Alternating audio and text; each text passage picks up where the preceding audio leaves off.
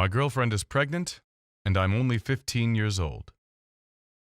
Hi, I'm Matt, and I want to talk to you about something that happened a couple years ago that changed my life forever. I remember I was in junior year, and we were all very stressed out because we didn't know who to invite to the prom. At that time, that was the most important thing. And since I was a basketball player, it was even harder because I had to pick the sexiest girl, and I was afraid of being rejected. One day during the internship, I saw a girl sitting there.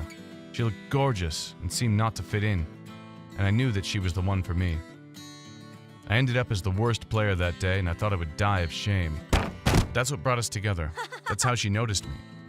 Everything was very fast in our relationship, and we liked the same things, and we thought we were the perfect match.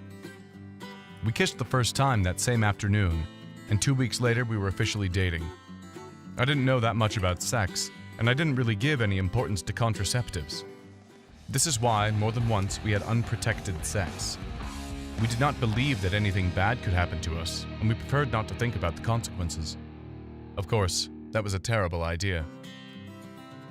2 months after we were together for the first time, my girlfriend called me very worried, telling me that she had a pregnancy test and that was positive. I couldn't believe it.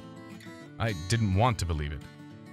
At first I was very annoyed, then I got even more frightened. I wasn't prepared to be a dad. This wasn't how it should be one of the best years of my life. Things did not disappear on the next day, and I had to take care of this new situation. The hardest thing was to talk to my parents, who had a lot of plans for my life. And now all that was about to go in the garbage. Luckily, I plucked up courage and spoke to them because they immediately began to support me and no longer felt alone or lost. They explained to me all I had to do, so I finished my school year while working at night to get as much money as possible. And even though I didn't feel anything for my girlfriend, I never stopped supporting her, even when she didn't want to see me. The most troubling thing was the day she had to give birth, since this day came 2 weeks early, and I don't know if I was prepared for what was coming. All my doubts disappeared when I saw my daughter, but I realized that my life would never be the same. My classmates didn't understand my new worries, and I could no longer talk to them about the same things. I had to work and study at the same time so I could take care of my daughter. And although things did not go as expected with my girlfriend, we were good friends, with a daughter in common. Now she is my reason to become a better person every day. And although sometimes I wonder how everything would have been if this had not happened, I always think I would not change anything I have now. I grew up as a person, and now I am a good man, a good father. This was not easy for me, and I'm sure everything would have been easier if I had someone to talk to about it. That's why I invite you to subscribe to this channel and find out more stories like mine and many of us, so you won't have to feel alone.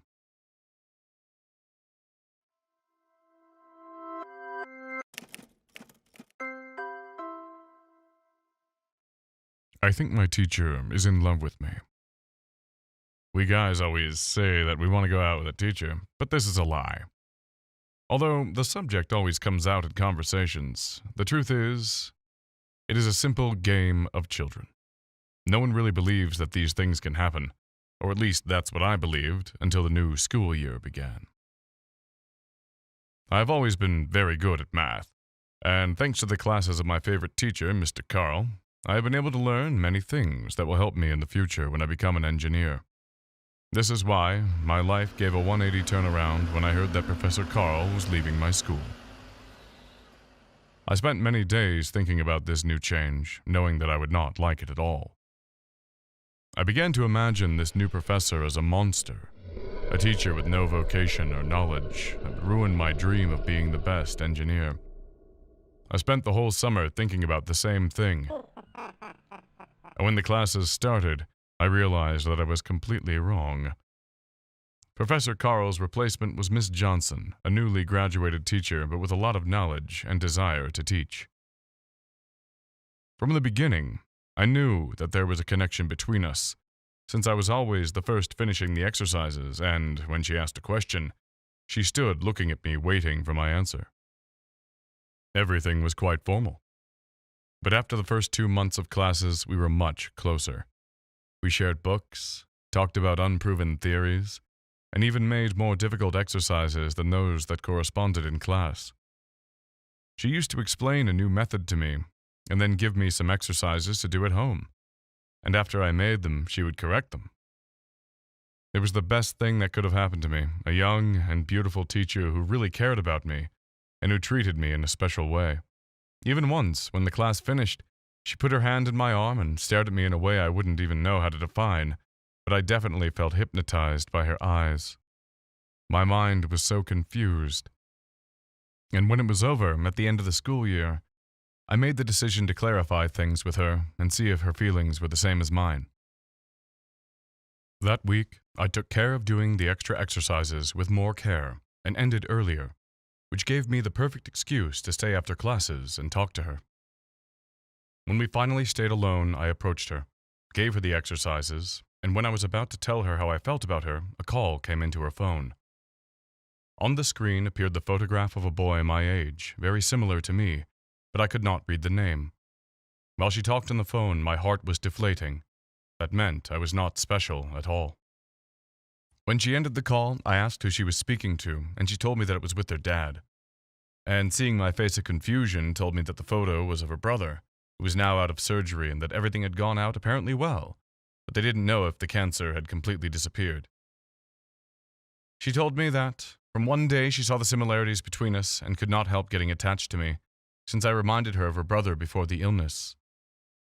While she was looking for a current photo of her brother, I could not believe how foolish I was, and told her that I had no time right now, but in the next class we could see the photos. That's how I learned to make better conclusions. This is more common than a lot of you may think, but no one dares to take a step forward and tell their point of view. I invite you to share this video and reach many more people who may be going through the same.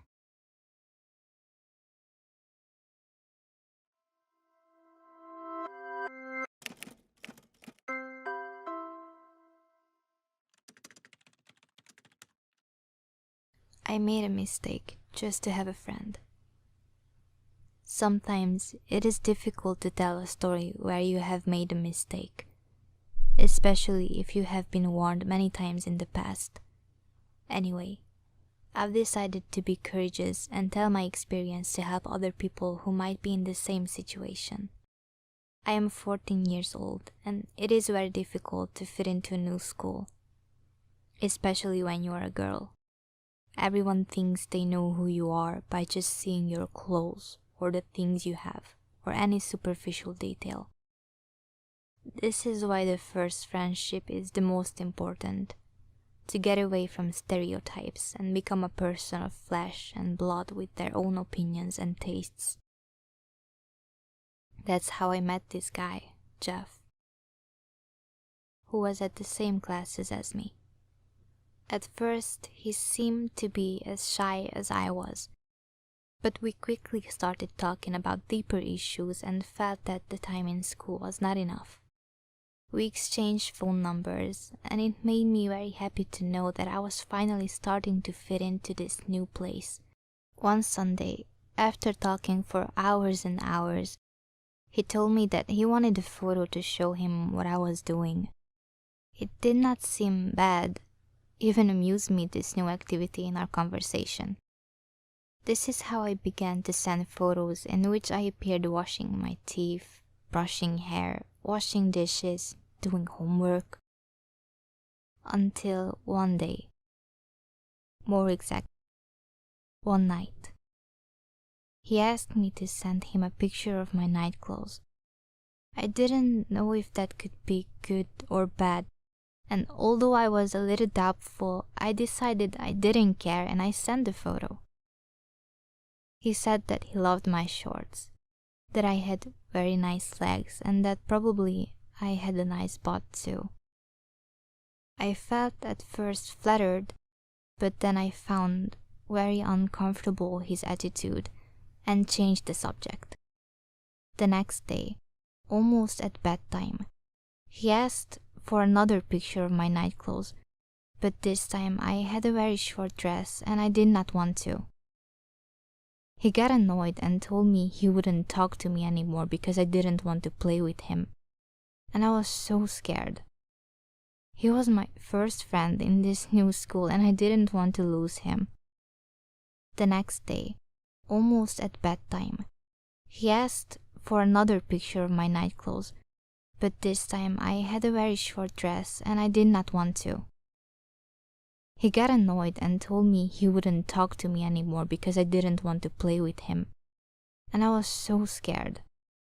He was my first friend in this new school and I didn't want to lose him.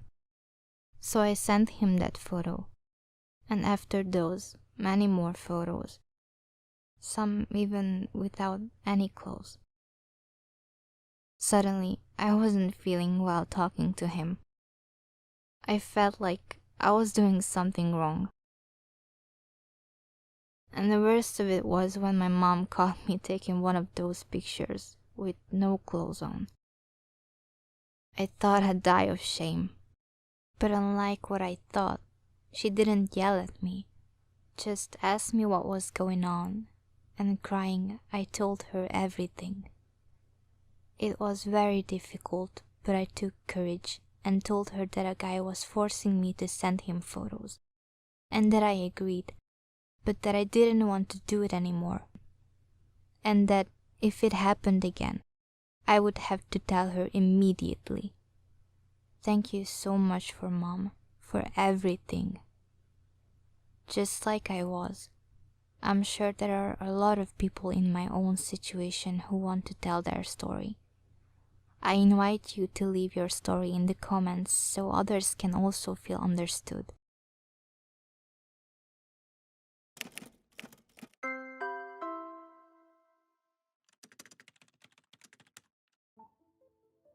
I desperately needed to have a boyfriend. I don't know if all teenagers go through the same problems, but I thought I was the only one around the world who was going through my situation. I'm 16 years old and I've never had a boyfriend. It may seem like something normal, even something silly, but when you're a girl and you've never had a boyfriend, it makes you feel like something is wrong with you. One night in a sleepover with my best friends came the subject of the boyfriends and I wanted to disappear. They were all talking about their love experiences, their first kisses, and how exciting it was to send and receive romantic messages, while I felt increasingly unhappy and out of place. I didn't know what was wrong with me, but I was simply not attracted to any school kid, and the worst thing is that nobody liked me. I felt that I would die alone and that my friends would stop meeting me for that reason, so I made the only decision I could see. Getting a boyfriend. I started using more makeup than I always wore. Then looking through all my clothes, I started to use only the clothes that best highlighted my body. My mom asked me if something happened to me, but I didn't want to tell her. The adults will never understand what we went through, so I decided it wasn't worth trying to explain anything. But the days passed, and I still did not achieve what I wanted so much. I was not even able to advance a little in my search.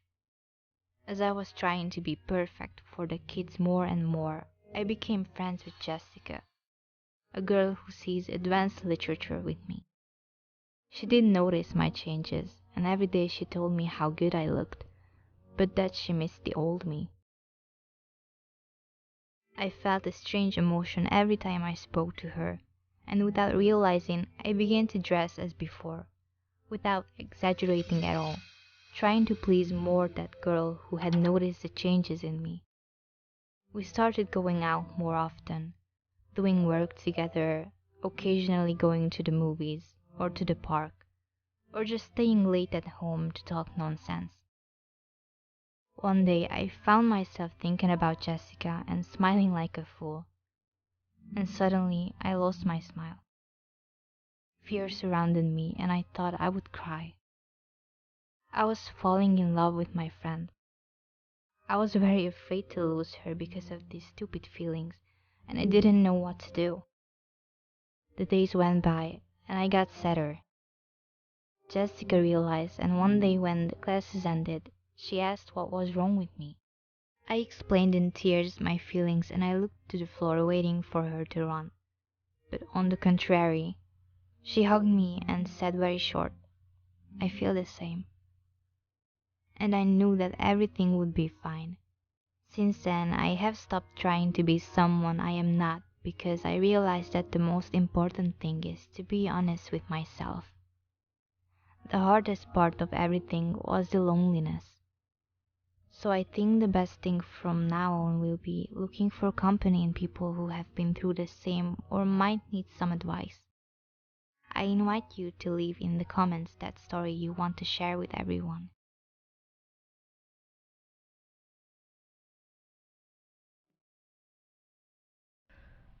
Hi, I'm Leo, and I'm 16 years old.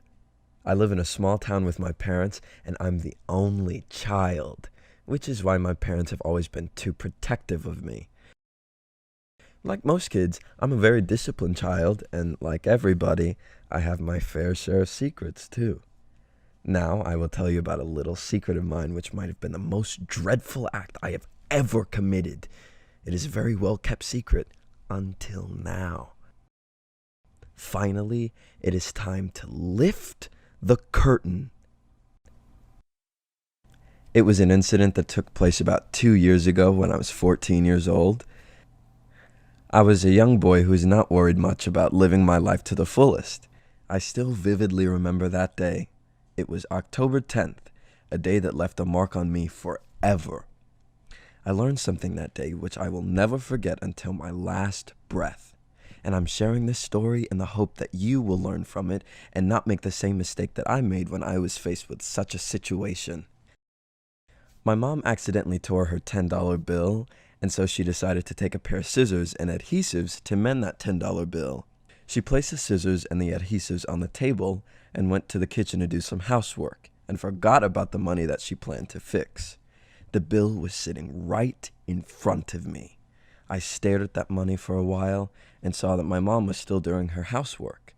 And in that moment, I don't know what happened to me. I'd never done this kind of thing before in my life. I just wanted to have that money.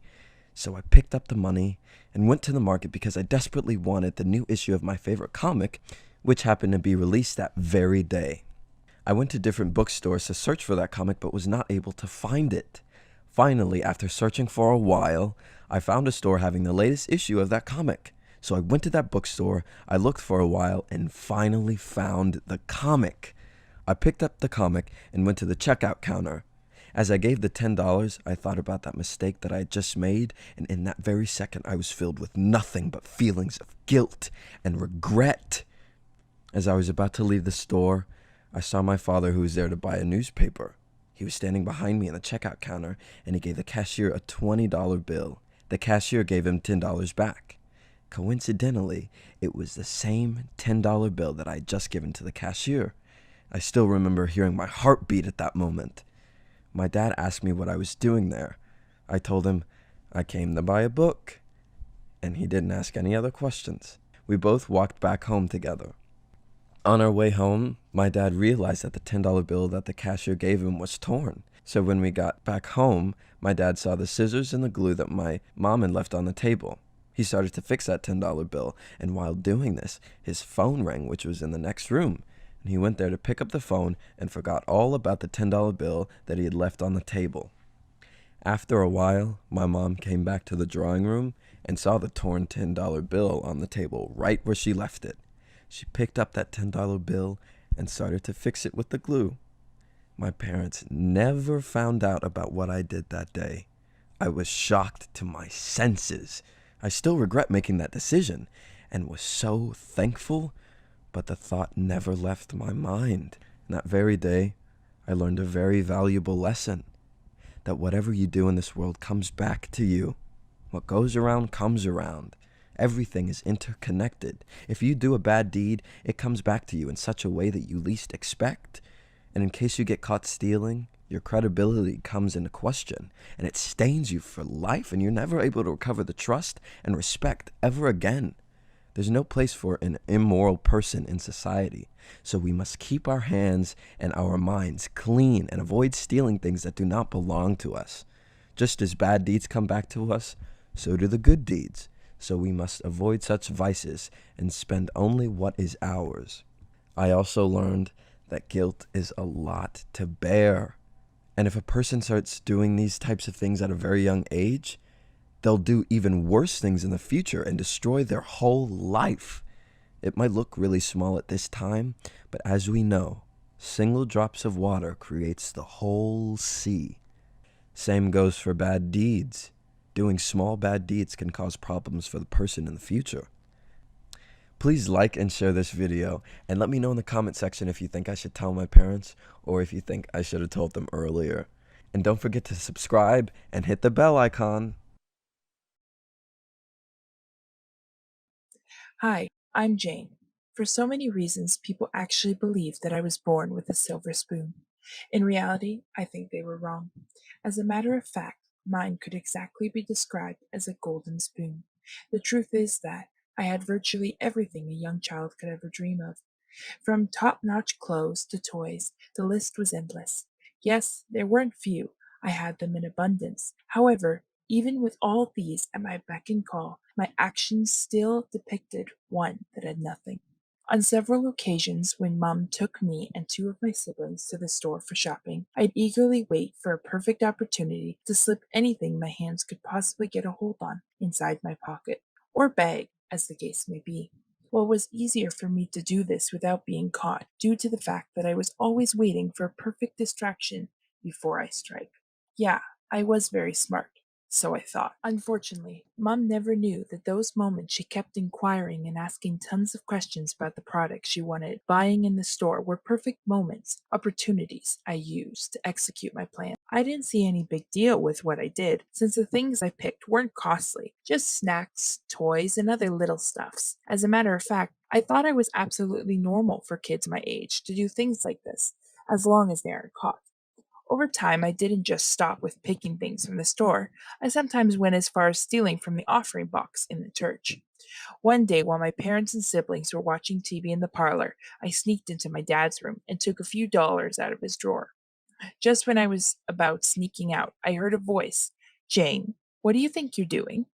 Even without turning, I knew I was caught by Mom. I was so scared, not because of what I did, but because I didn't want to be grounded. Yeah, punishment scares the hell out of me. I begged Mom not to tell Dad, and I promised her never to steal again. Since I was Mom's favorite, I actually knew she'd forgive me and keep our little secret. Actually, that was exactly what happened. As I got older, my siblings and everyone in my family started complaining of missing properties on a daily basis. Aside from Mom, no one else knew who the real culprit was. With my innocent face, no one ever suspected me. Well, since Dad was always ready to replace the missing properties with a better one, I didn't feel terrible about this habit of mine.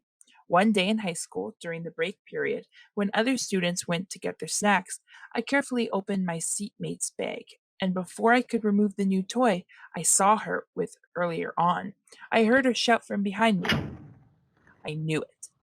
Rosie happened to be my seatmate, and everyone knew she wasn't the type that keeps secrets.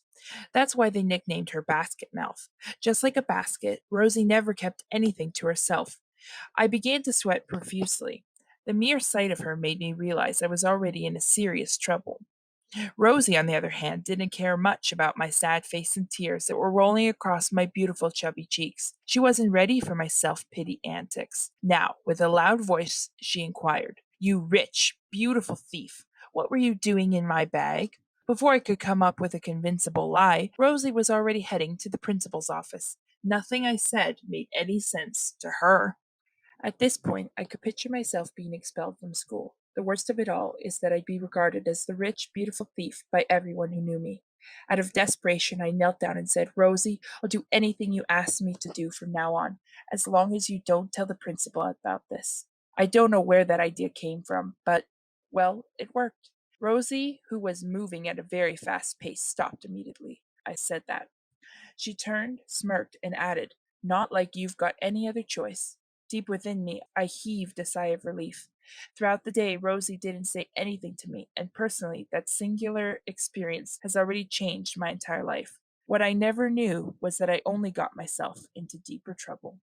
The next morning in school, Rosie demanded I surrender my pocket money to her, or else she'd head straight to the principal and report how I tried to steal from her.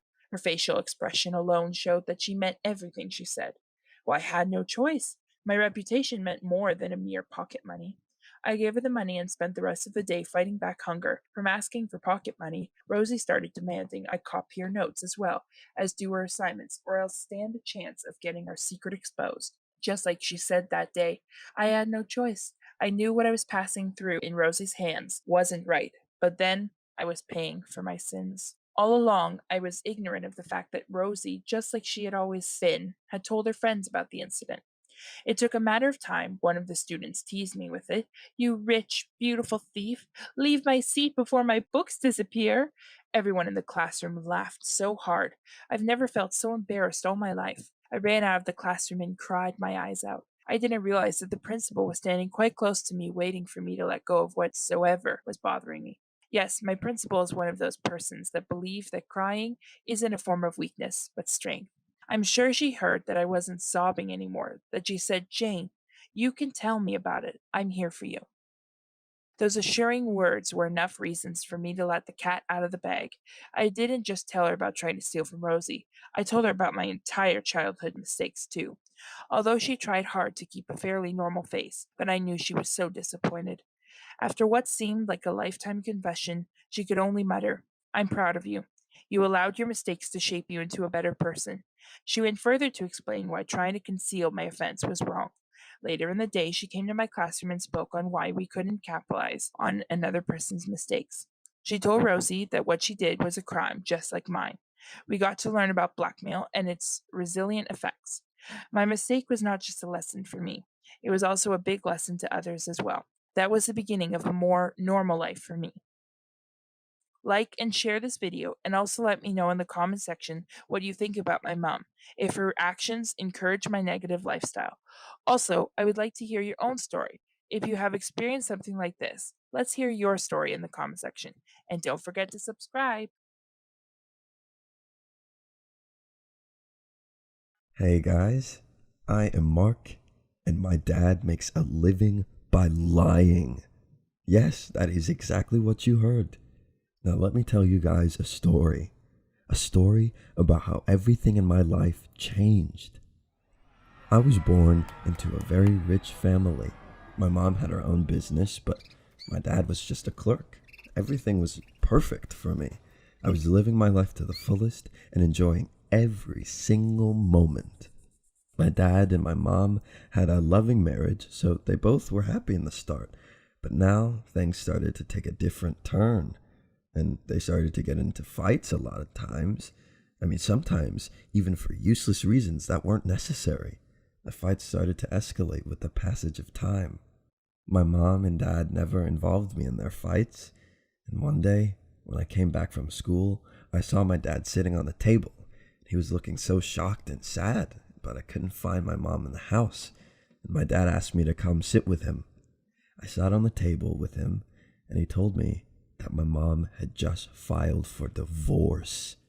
I was shocked to my core. At the moment, I wasn't sure about what would happen to us because my father wasn't that rich. But the thing that made me really sad was that my mom didn't care about me, not even a bit. How could she do this to us?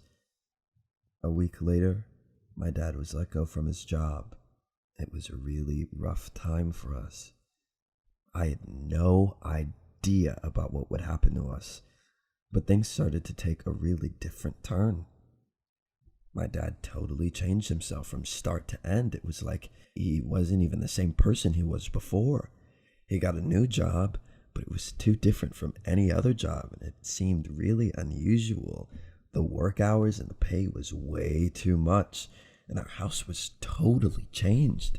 My dad started to buy a lot of suits and shoes worth hundreds of dollars. I'd never dressed so good before.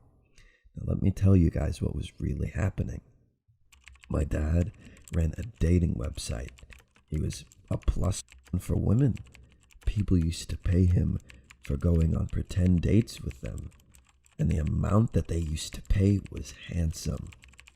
My dad was pretty good looking from the start, but he wasn't that into fashion, and now he looked like something else. He became so good looking and handsome, he didn't even look like the typical dad. In fact, he started to care about his skin and clothes and hair. His first client was a really rich woman, and she wanted a pretend date to go with her to a family event because her family always used to criticize her for being single. And my dad was so confused at that time because it was his first time doing this. But somehow he gained the courage and confidence to do it. And the woman's family was so impressed with my dad. I mean, he's quite a pleaser. And the woman was so happy with my dad that she gave him a check of $100,000. My dad always kept his identity secret from everyone, and he used to switch personalities according to the role of the job. You might be thinking what I was doing all this time. Well, I was enjoying my life to the fullest at this point. I had nothing to worry about. Everything was just perfect. My dad was always busy, so he never asked me that many questions about what I was doing. Money wasn't an issue either at that time, and I barely missed my mom. But why would I miss her? She was the one who left us. So I found out about my dad when I bumped into him once at a club, where he showed up with the owner of the club, and he was so good looking, like a young bachelor. I lied to him about going to my friend's house for a sleepover. My friends and I decided to go to a club and have some fun. So we were chilling, and I saw him across the club with Miss Anderson, who was the owner of that club. And at first, I couldn't even recognize him. But after some time, I got courage to go up to him, and I asked him, "Dad, what are you doing here?" And he totally ignored me as if he didn't even know me. He told the bartender to buy us drinks on his tab. And at that moment, I knew something was wrong. So I just went back to my friends, and my friend asked me that if he was my dad, and I told him, no, it's just someone who looks a lot similar to my dad. And after some time, I got a call from my dad asking me to get my ass back home. When I reached home, I asked him what was going on. For hours we sat together, and he explained everything to me from start to end about his job, why he joined the job, what the job pays, and how he pretends to be someone's date or anything they want. He told me that one of my mom's friends wanted him to go to a business meeting as his date, and my mom was also going to be in that meeting too. It was my dad's biggest deal and a really great work opportunity. He asked me what he should do, and I thought for a while. I was really angry at my mom, so I told my dad to go through with it and do it. And my dad took the deal. At the 10th of that month, the meeting was going to happen. So my dad showed up at the conference that day, and he took me with him too. I came there as his personal assistant. I was looking for my mom for a while, but didn't see her in the conference room. And after some time, she showed up, hand in hand, with a man who she was dating. I wasn't ready for that, so I got confused and I didn't know what to do. I kept on exchanging texts with my dad while sitting there, and he told me not to worry and everything will be totally fine. So I tried to bring back that confidence. My mom saw me and my dad there at the conference room. The meeting went on for an entire hour, and my mom kept staring.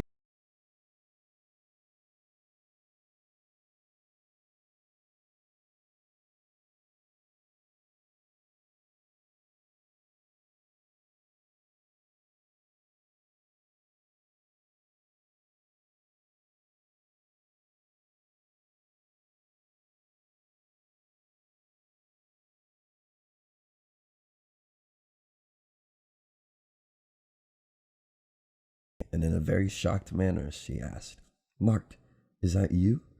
I replied with, "Hi, Mom, nice to see you." But it was not nice at all to see her. She was the one who left us. And after that, my dad and I had a great understanding between us. I was managing his clients, and sometimes if he didn't feel like going, I would go in for him instead. And that is how my dad lies for a living. The lesson I wanted to share with you guys is that life does not stop because of a single person. If my dad had not changed himself after my mom left him, we wouldn't even be here. Like and share this video, and also let me know in the comment section what you think about my dad's job, and if you have experienced something like this, then tell me your story in the comment section.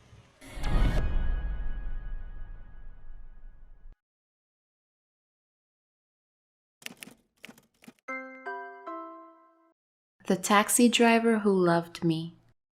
Hi, today I will tell you a story that taught me a lot of lessons. The most important one was that sometimes what may seem true is not true, and we shouldn't be so fast into thinking assumptions about people. My name is Carol. I am 16 years old. I live far away from my parents. Because of my school, I live alone in a small apartment. Well, not really alone because I have a cat with me and her name is Sam, and she means the world to me. We do everything together and go to every place together. She is my family here when I am feeling down. I play with her and all the sadness just simply fades away, and it's like she's an antidepressant to me. I don't make many friends, and it's really difficult being alone. My parents knew that, therefore they gave Sam to me as a gift. It took me some time to adjust to the new place, but I got used to it. There is this taxi driver who is a lot older than me. He also lives somewhere near my house, and he usually drives around the area. And the thing that I wanted to tell you about him is that he is in love with me. Well, at least that's what I used to believe. He is a really nice person. I had seen him a couple of times in the street and after school. We talked for a while and I realized that he is in love with me. He is always so nice to me, and sometimes too nice. It made me a bit suspicious about him and his intentions. Being a girl of my age who lives alone, I was a bit careful about these things. I had been in his taxi several times and nothing wrong happened. One day I went to the market to buy some cat food for Sam and some things for my apartment. I took Sam with me because I never leave her alone. I took the bus to get to the market because it was really far away from my house. When I got to the market, I bought cat food and other household accessories that I needed, and after shopping for a while, I got really tired and thought, I might eat something because my house is very far away from the market. It would take a lot of time to get there, so I looked for a restaurant and had a meal there. I was so busy shopping and doing other things that I completely forgot that it's gotten so late, so I went to the bus stop. After that, unfortunately, I just missed the bus by a minute. The next bus was going to come in an hour. I waited at the bus station for almost half an hour with my cat, and still half an hour was left. The time was moving so slowly. Seconds seemed like hours. There were some passengers waiting at the bus stop. One of them told me that sometimes the next bus takes about 2 hours to get at the stop. And that got me really worried because the sun had almost set. There was no sign of the bus, and after some time, a taxi stopped in front of me. When the window got rolled down, it was the same man about whom I was telling you guys about. He told me that he had completed his shift and was heading home, and coincidentally, he saw me at the bus stop since his home was near mine. He suggested me to get into the car with him and he would drop me off at my home. I got really worried about what to do because it was getting so late and still no sign of the bus, and I was afraid that he might do something to me. After thinking for a while, I decided to get into the car with him. I got in the back seat and he started the car. It was a long journey in front of us, so we started to ask questions about me and we started talking. During our conversation, he was being a bit flirty and was staring at me the whole time from the back of the mirror of the car. Honestly, guys, I was a bit scared too, but I had Sam with me, so I overcame the fear and tried my best not to let him know that I was scared. By looks, he looked like a decent man. Something wrong wasn't expected from him, but still my mind was creating different situations about what could go wrong. And guys, there were a lot of things that could have gone wrong in that ride. We were halfway into our journey that he suddenly stopped the car and looked at me. Imprecise, he was looking at my breasts. Then he bent his neck and he tried to grab my chest. Well, at least that's what I thought he was doing. But that didn't happen. I had Sam in my hands. At that moment, I had no idea what to do. I was in severe shock at the moment, so I closed my eyes. But turns out he was picking up Sam, and I thought he was going for my breast. I got really shocked and frightened at that moment, and he realized that. He felt so guilty and apologized to me for grabbing Sam like this. But then he explained why he did that. When he was young, he had a cat just like Sam. He showed me her pic, and the resemblance between his cat and my cat were uncanny.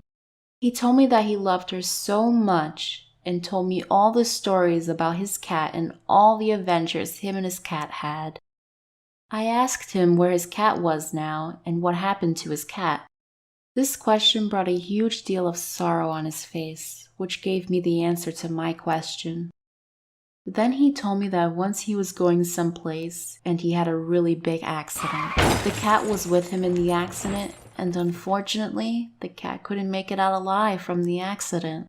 He was also really injured, but he was more sad about the loss of his cat than his own injury. I got so sad after hearing all this because I couldn't even imagine what I would do if something like this would happen to Sam, because she is my everything, my whole world. After that, we talked for the rest of our journey, and we became good friends too. Though I love Sam a lot, I told him that he could play with her for some time if he wants to, because I had an idea of the pain from which he was going through. He told me that it's a really nice gesture from my side, but he couldn't take Sam away from me. He said he didn't want me to go through what he went through when he lost his cat. We didn't realize in our talking that we had reached home. I wanted to talk to him more, but I guess that was it.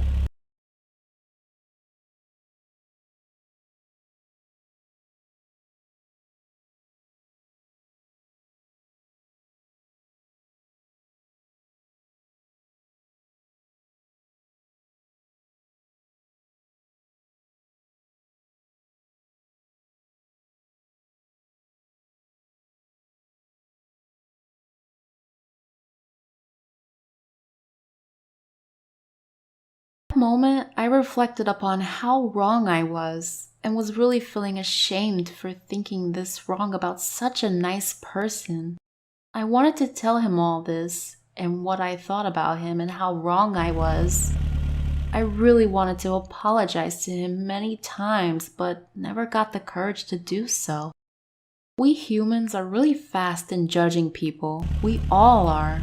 We start making up assumptions about a person, that what type of person he or she is, and we stick with false assumptions, but when we realize that our assumptions are wrong, we are all left with nothing but guilt. That day, I learned an important lesson that is going to stick with me forever, which is we should never be so fast into making assumptions about people. We have to at least give them a chance to explain themselves. If you like my story, kindly like this video and tell me in the comment section what you think I should have done. Should I have told him, or not telling him was a good decision? Also share any similar experience if something like this happened to you. And don't forget to subscribe and hit the bell icon.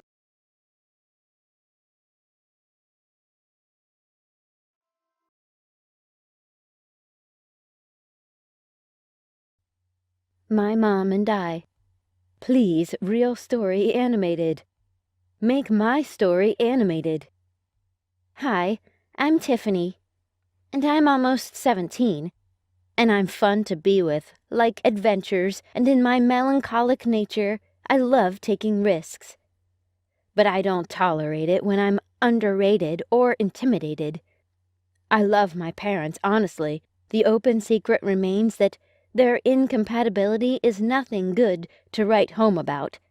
And that's what kills my joy most times.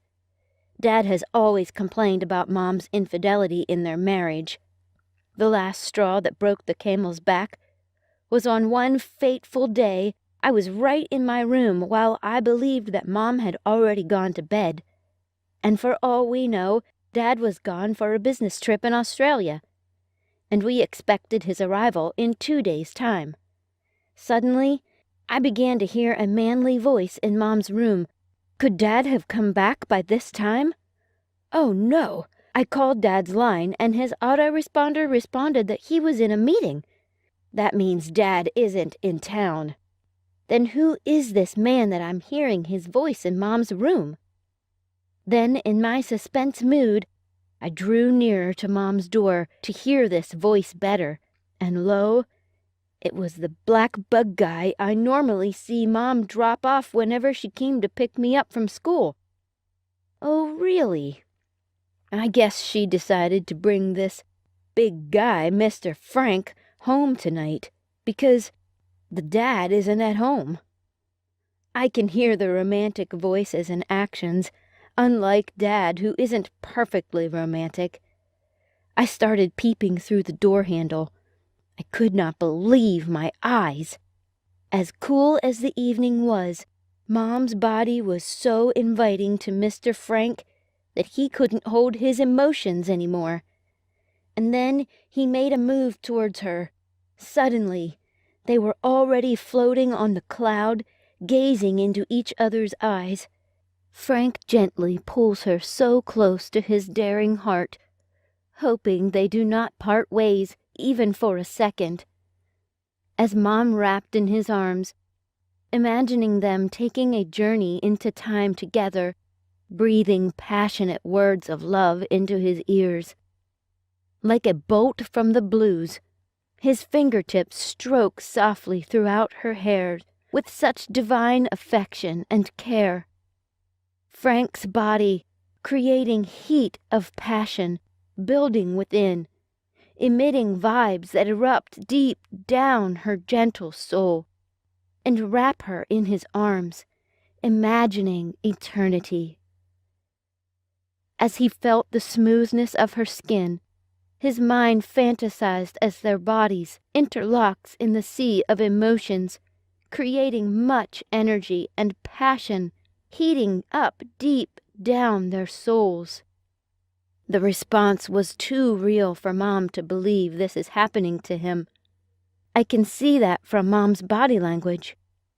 She softly said to him, "Frankie, come and be lost within me forever.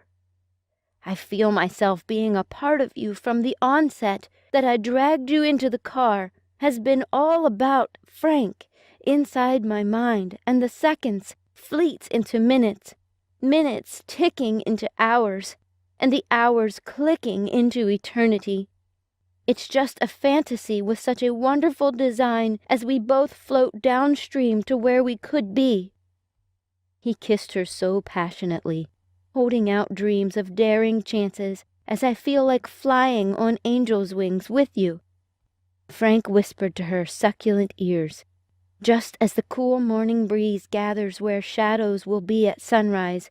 He held her hands with lips locked in unison until they stroll into the path of scented bliss, till the dream ends in the terrestrial sky before the cock crows. Oh my goodness! I realize that I've actually been stooping all night in front of Mom's door, following every bit of their moves. I was lucky enough.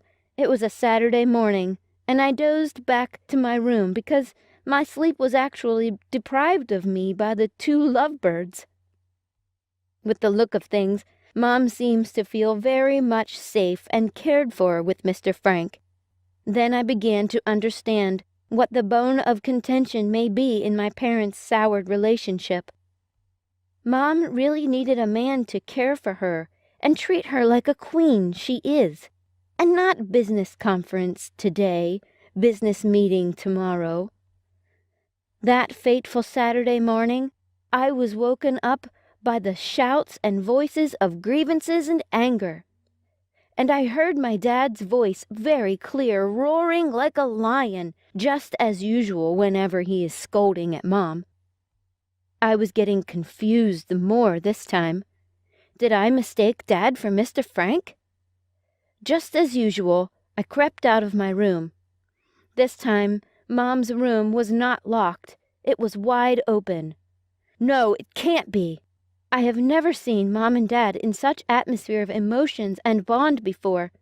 When I came close to her room, I saw him. It was Dad. I greeted both, and of course, I didn't expect them to respond to my greetings anyway. They continued in exchanging words. Then I knew there is a fire on the mountain because Dad came back with an early morning flight. He said on getting to Australia, the meeting was held in a jiffy, and he had to make his way back to the state. Then I heard Mom screaming, "Go, go, go!" I'm tired and fed up with all these. It's over between us. That was how Mom and Dad got separated. Then, according to the law, I live with my mom till date, believing that someday a miracle will happen and both of them will come together again.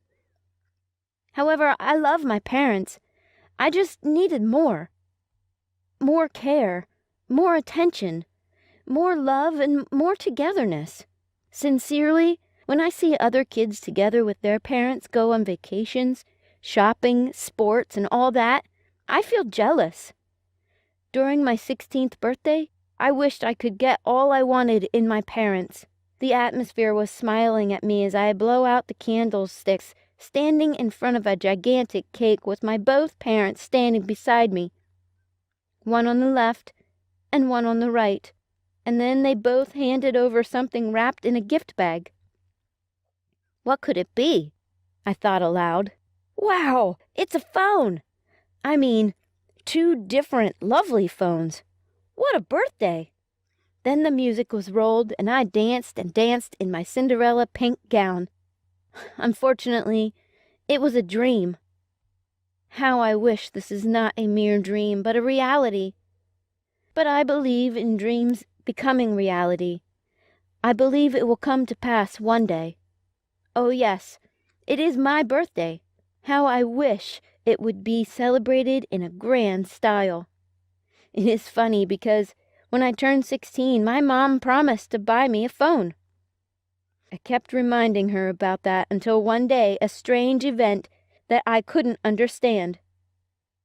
Something happened after turning me around a couple of times, and for my 16th birthday, my dad wanted to buy me a phone, but my mom never wanted to see me with him or allow him to do anything for me.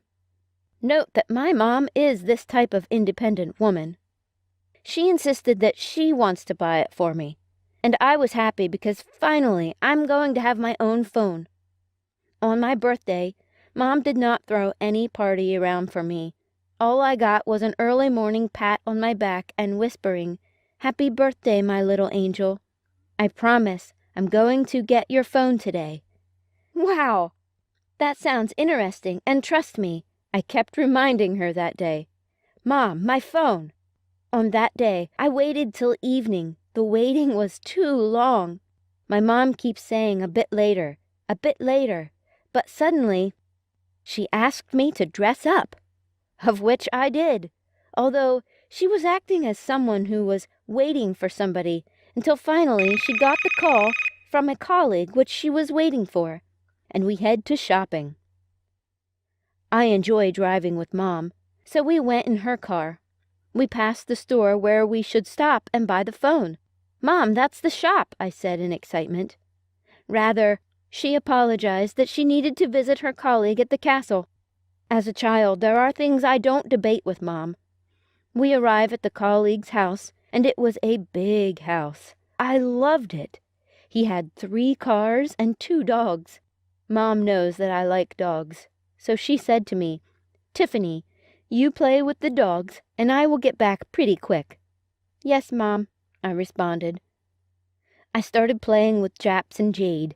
As I was engrossed in the fun, after some time another man with a big black car entered the house, and then comes another one, and after 5 minutes, another one.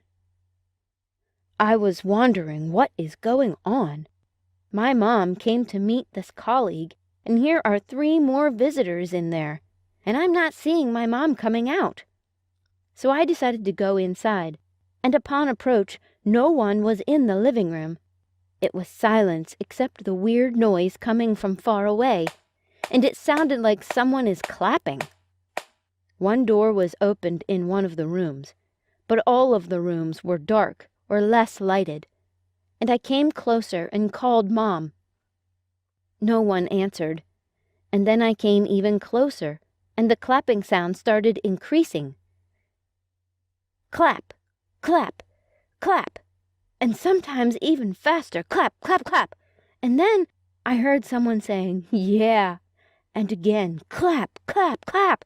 And then I heard the voice of Mom saying, yeah, ah, you are good. Then she increased the speed of the exclamation. Yeah. Oh, thank you, yeah, and finally, yes. Let's do it, I thought. This is a fight, or what's going on? At this moment, I called loudly, Mom, are you okay? Everything stopped, and they all get out saying, yes, let's do it.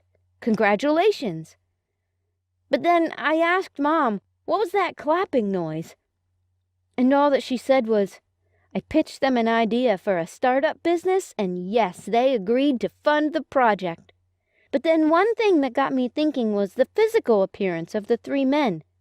They were sweating profusely, looking like men that just engaged on a physical combat, sapped of all their energy with this post-ejaculation, their minds numbed down, tired, and walking slowly, gulping down some drink.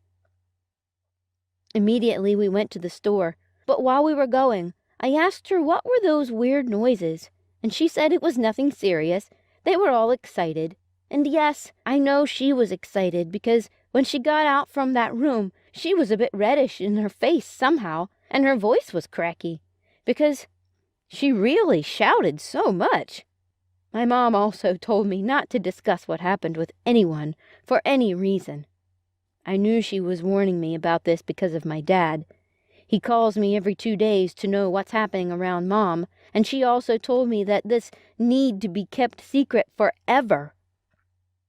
Forever? Why is she holding this event so tight? For me, I see no big deal in it. Oh, but I will adhere to her instructions.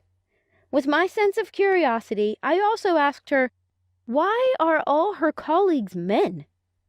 There is no other female amongst them except you. She responded that they couldn't make it that day, but would come in the next meeting. I'm glad that finally my mom is happy, and she's going to make her dream come true. And I've got a new phone. But what was weird is that my mom never started that business, and now we are almost 1 year from there. This also means that my phone is 1 year old too. But I hope she will buy me a new one when I turn 17 next week. What do you guys think? What should I do so my mom will buy me a new phone? Please, like this video if you think it was not a business consultation. And leave a comment if you think it was something else going on.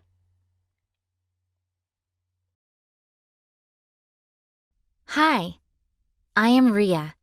I am a very ambitious and hardworking young girl of 19. I am the second daughter of my parents. People around see me as a beauty diva, but I honestly do not care. We lived an average life since my father couldn't get enough earning from his job. As a college student of biology at Phoenix University, I have always been passionate about being a surgeon doctor, so I kept studying. I was so studious that I never had time for partying, clubbing, and making friends. Although I know that I had a lot of admirers, but I still don't give a damn. I remained focused on my course. I lived a stereotyped life in college, from the lecture room to the hostel, from the hostel to the library. However, I have one fault. I am an extremist, so you don't have to wonder why I am serious with my academics. I promised my dad to make him proud and tried to make good grades. My world came to a standstill just 24 hours to my first semester examination, as I was engrossingly studying biology, that I forgot that I have not eaten since morning, and it was almost 4 p.m., and I suddenly slumped. The next place I saw myself was in a hospital bed. My father came, and the diagnosis proved that I had a hole in my heart that has accumulated badly, and the only solution that is beyond therapy is to have a heart transplant. So I was booked for a heart transplant. I wondered where on earth a donor can be gotten from. I felt devastated as I watched myself lying helplessly.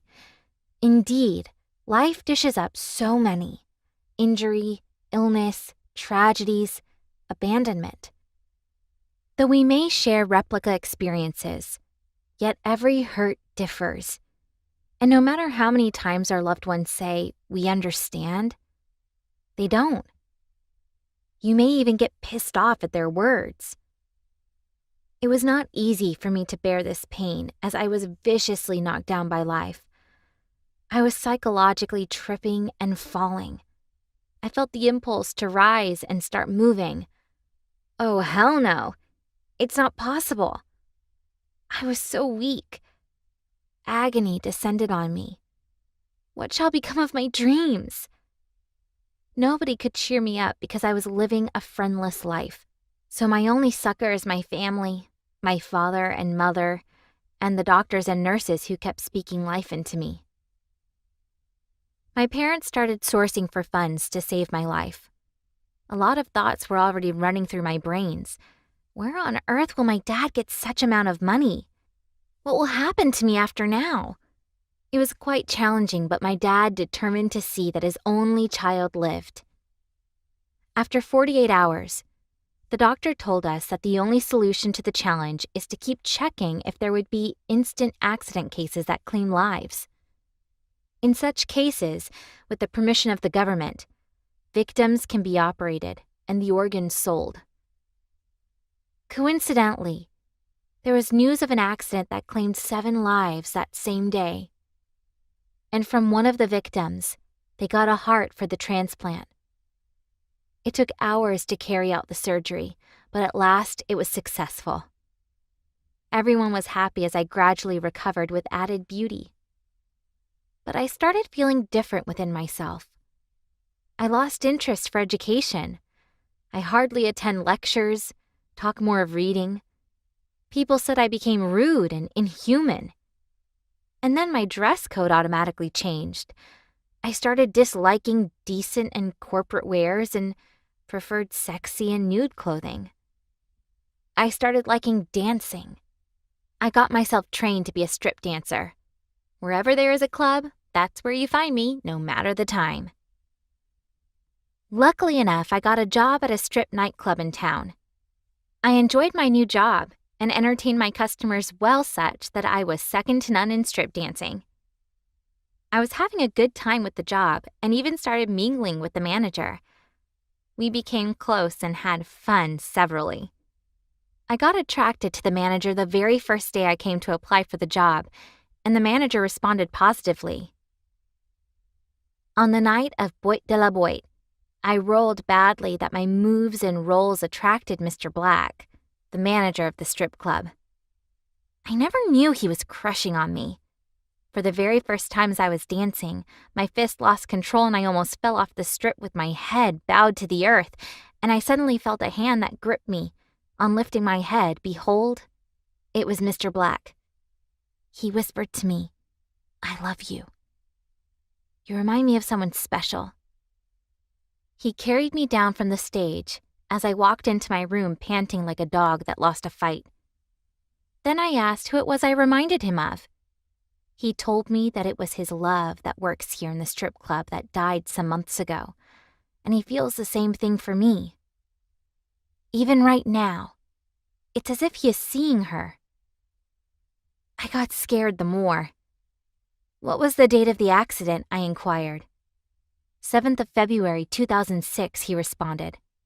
He also told me that it was 7 persons that died and the hospital they were rushed to. I immediately left him there and went to the hospital where my surgery was carried out and made all the inquiries. The document of the transplant was shown to me, as well as the photocopied death certificate which Mr. Black gave me, and it was confirmed that it was Soya's heart that was transplanted to me. My goodness, I couldn't believe it. I dropped a note that explains my findings to him at the bar and went home weak and confused to do anything, but I have to start preparing for the night show. I never knew that Black was still in love for me, not minding what I do for a living.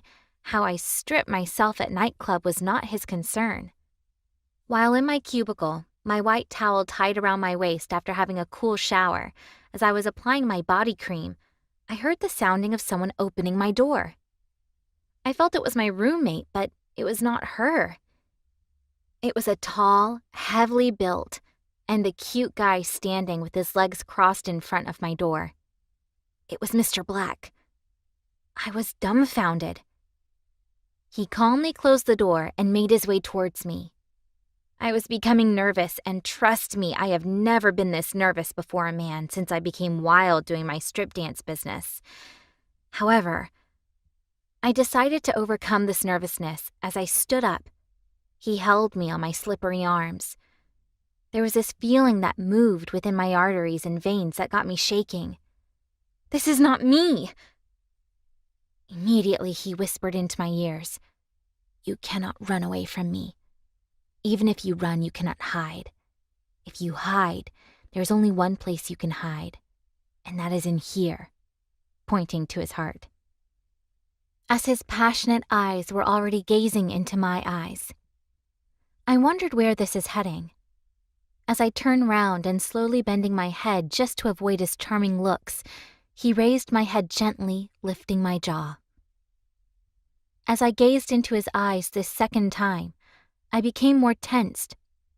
He still fixed his brown eyes looking into mine with uttermost devotion and commitment. I was ready to strip because I thought he wanted a quick fun as usual so that I can attend to other customers. Instead, he took the cream that was still in my hands, offering to help me finish the application as he gently applied the cream. Myriads of thought kept flowing in me. I was engrossed with the movement of his hands, and I felt this passionate bliss and heat that is rising within me as I got more intensified. It was truly a mixed feeling. Mr. Black put his arm around my waist, lifting me on the sofa, and knelt before me. Surprisingly, he never did anything but kept looking into my eyes. "Rhea, you are indeed the bone of my bone and flesh of my flesh, and I promise to make you happy and fulfill all your dreams. I thank God that my lost love was brought back to me. Please, will you marry me?" As he kisses in a golden ring into my mouth. I said yes to him. Yeah, I accepted to marry him because since I met him, I have full joy. Immediately, he carried me up in ecstasy with the tears in his eyes. "I will make you the happiest woman on earth," he screamed. We were very happy, laughing without fear in words on the cushion as the stars light up the sky like a treasure in an island. Our hearts skip in ecstasy as they feel the waves' current whispering secrets as old as creation to our souls, telling folklores of a magnetic love so far, yet near to immortals. And as the cool morning breeze rushes to our feet like children at play in a sonata moonlight. Those affirmative words spiced with a soothing touch, a healer of sorrows and pains in his boredom, moment when the past is erased and a new beginning born to fertilize the soul and purge every detail of heartbreak away.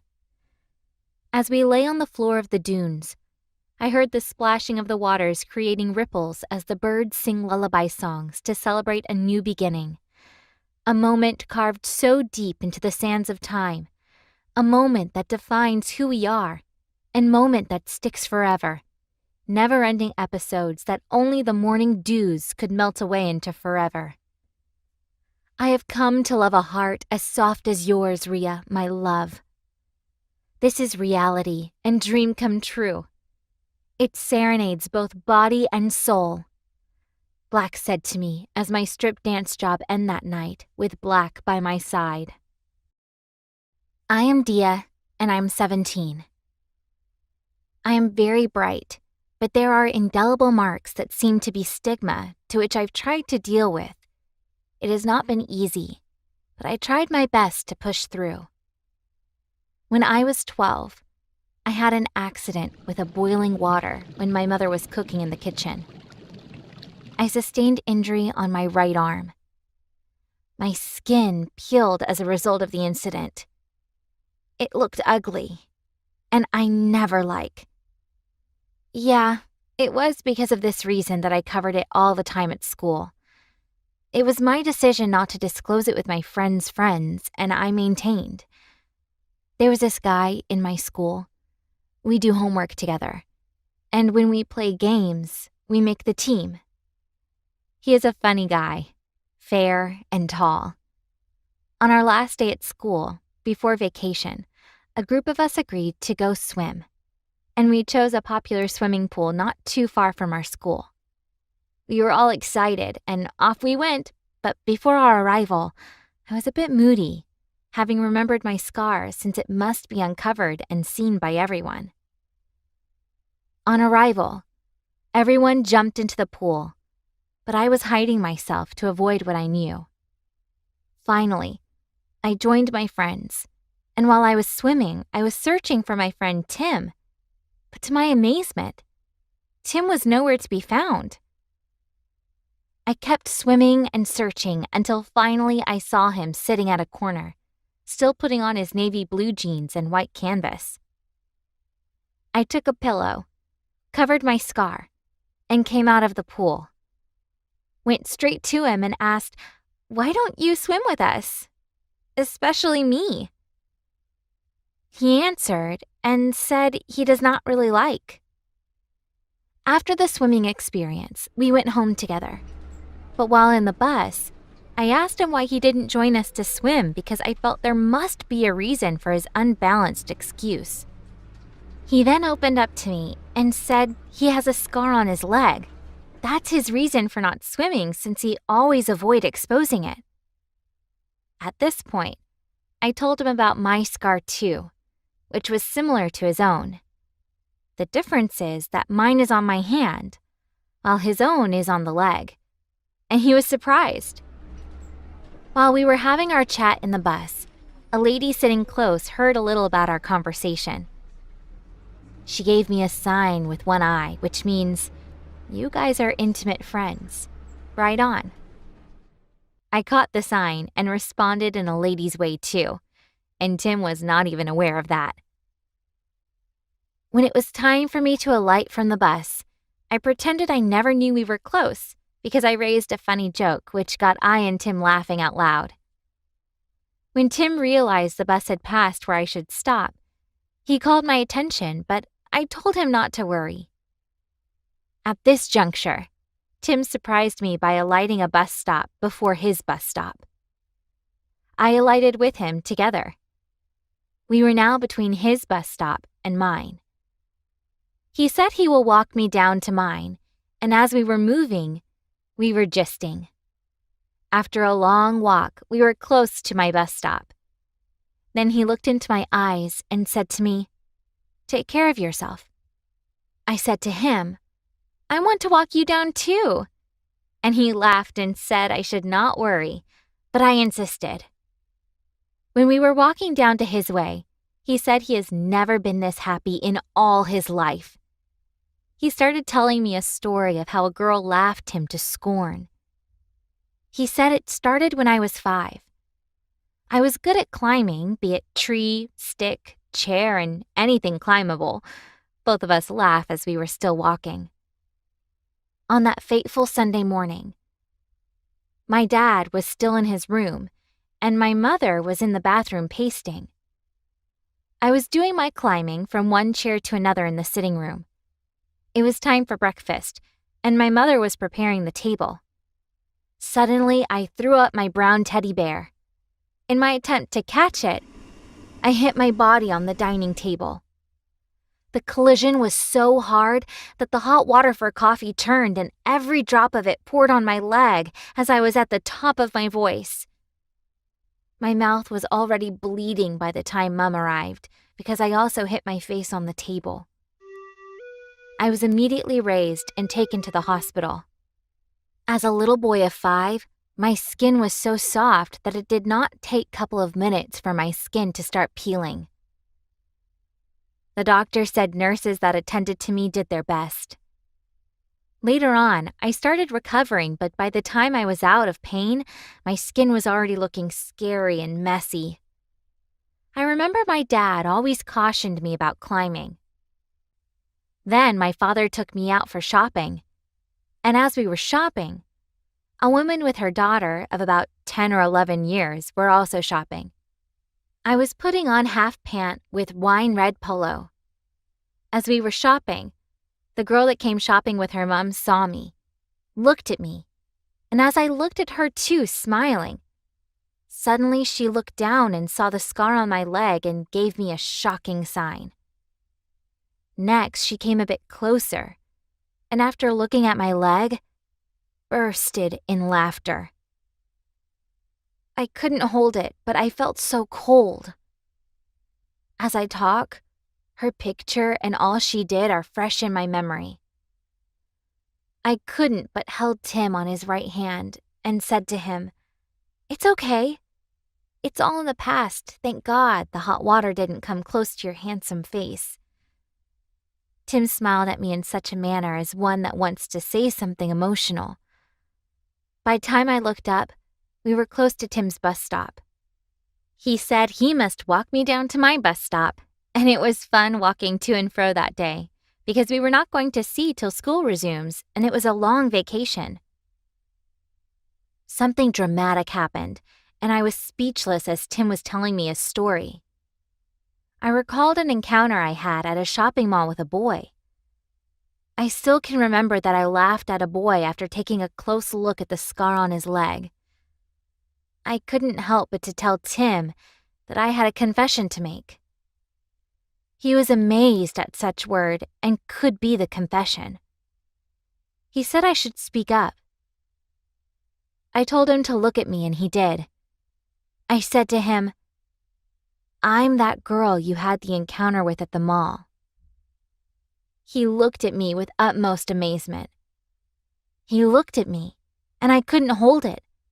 The fire came so strong in me, and I hugged him, and he held me so tight. I felt like I was in heaven with vanilla ice cream and chocolate. I said to him, "I love you. I love you. I love you so much." He replied, "I love you too." Tim told me that he was going to tell his dad what happened today, and I said he should not, but he insisted. I said it's okay if it will make you happy. We exchanged our house addresses. I hugged him again and again, and we said bye to each other. After a few steps, I would turn, and immediately I would see him turn too, and we would wave at each other. We kept doing that until we could not see each other. The memories didn't allow me eat, let alone sleep in the night. Every image I saw on the television that night was like Tim's image. I was a little insane that night. Some funny thoughts began to flash on my mind that night as I was in bed. 3 weeks after this unforgettable experience, something awesome and tragic happened. I remember sitting and watching my favorite television program, Shirley Temple. Suddenly, our doorbell rang, and my mom went to open the door. Behold, it was first a tall man entering, followed by a handsome guy. Guess who? It was my own Tim. I could not believe my eyes. I jumped up line a mountain deer and rushed Tim. He was full of smiles and laughter. This time, I could not hug him, but my spirit, soul, and body were all wrapping him. His lips were so charming that I would have committed an offense if not for the presence of our parents. Even as our parents were exchanged pleasantries, honestly, I was tapping serious current from his hand. I felt like not leaving that hand. I wouldn't know what came over my parents that day because on a normal day, they would have told the children to enter the room as parents are having their own gists. I will not forgive my mother because she didn't say that. But who knows if she saw something because of the way I acting. Well, thank God for my parents because who knows what would have followed. When Tim and his dad left, I was full of thoughts. My happiness of seeing him and the thought of missing him were mixed together, leaving me in a state I couldn't explain. Little did I know that something strange was about happening. As they left, I joined my mother in house chores. When it was time to rest, my dad, as usual, tuned into the news channel. To our disbelief, there comes a breaking news of a ghastly moto accident that claimed all except one. As the name of the victims were being called, with my eyes full of shock, I saw Gregory Jackson, Tim's dad. As if the name mentioned was not enough to convince us, a short video clip showed, and behold, my Tim, before journalists narrating the tragic incident. All I could remember later was seeing my Tim on television, because from what I was told, the moment I saw my Tim, I slumped and was revived at the hospital with the help of oxygen. My dad and my mom planned attending the funeral service without me to avoid further problems, but when they saw it wise to take me along, they had no option than to do so. At seeing me, my Tim came and gave me a deep hug. I was his consolation throughout the funeral. Thank God I saw my Tim. Hi, I'm Emma, and I live in a small city where people are not too much because I love to live a low-key life, and I so much love keeping to myself. My parents complained several times about this type of attitude that I've cultivated, but that's just me. So as time goes on, they have to take me for who I am. So they already know the type of girl I am, so they always let me be at all time. I'm so much quiet and reserved. I'm not the type of person who likes games or do too much on the daily activities, but I like reading novels and watching a lot of movies, especially comedy movies, because since I already choose to keep to myself, I have to find a means of catching fun by myself.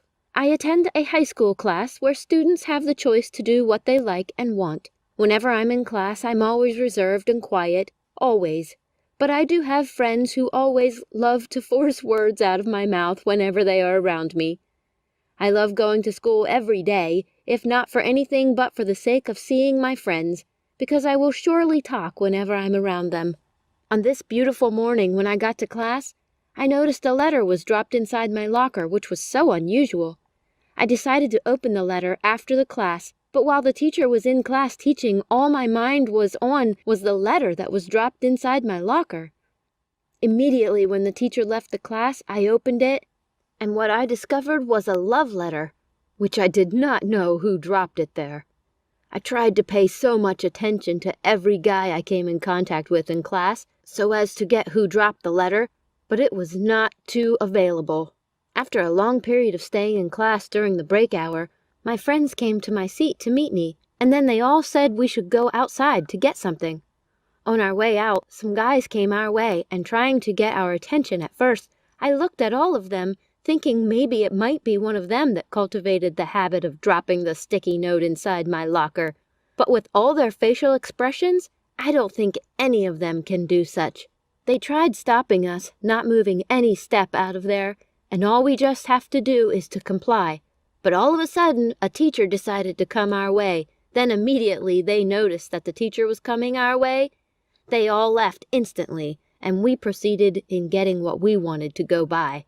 I told my friends about the sticky note I discovered inside my locker that morning, and they all laughed at me, saying maybe a guy has been stalking me all this while. They then said that one of us should try coming to school very early so that the guy can be caught. But that guy that dropped the sticky note is just too smart and expert. We tried for days, but we could not get the guy, so I told the ladies to forget the issue, that I'm very sure that one day he will surely reveal his identity. As time goes on, it became a regular routine. Every blessed morning when I get to my seat, I will surely find a sticky note with a love quote inside my locker. At some point, I got annoyed and frustrated, but there's no point yelling because I did not know who was doing such a thing. So I decided to stomach it, and I did not tell it to anyone. One day during school hour, a teacher at school was explaining to us a physics experiment, and he made it as a game because he wanted all the students to participate and be carried along. During this process, all students participating closed their eyes and tasted, perceived, and some liquids to tell what it is based on their taste. It was quite fun because all students were carried along for the first time at school, and we all laughed where someone guessed wrong because we all gave various answers, knowing fully well that our tasting boards are different. I really enjoyed the class that day because it was so much different. The following day in class was Friday, so a group of people in class came together and discussed that we should have a get-together party on Saturday, which is the following day. So they asked the whole class about their opinion concerning the party. To my surprise, everyone was happy to hear that they all turned in. Well, as for me, having a get-together party on Saturday, though the plan was a little bit awkward to me because I don't really like associating myself with things like that because I so much love keeping to myself. A venue was picked, and all planned was so fascinating and lovely. Actually, I love the plan because I want to see how it will look for the first time by the beach side, so I decided to hang out that day. When I got home that day, I told my mom about the plan of going to the beach the following day. She was so happy to hear that because she's never seen me going out before. So that night, my mom came into my room and went directly to my wardrobe to select the clothes I will be putting on the following day. When it comes to selecting clothes for an event, my mom is very good at it, and she so much loves me looking good and cute, always. So the day finally came. I woke up so late, maybe because I slept late checking out the clothes my mom was picking for me to wear. I had to rush to the bathroom to have my bath so as to dress up to meet with the event, knowing fully well that I'm late already. After having my bath, I dressed up, looking cute and pretty for the event. After dressing up, I set out for the party immediately. So finally, I got to the venue a little bit late. And trust me, just as planned, all eyes were on me because I was so much looking gorgeous and pretty. After getting there, a guy named Sean in my class ran towards me to give me a long hug and a peck. After he did that, I was so shy to take a step away from where I was standing. But from the look of things, he's been a long-time crush. Throughout the party, Sean was all over me, because that will be the first time he will have the opportunity of talking to me and expressing himself. We both have a walk together, and he told me a lot of things about me which I was so surprised to hear. Then I knew he has been the guy stalking me. Actually, Sean has been the guy dropping all those sticky notes with love quotes under my locker. At first, when he told me he was the one, I was so mad with him. Then I told him that he's a coward. If not, he would have come to me himself and not by note.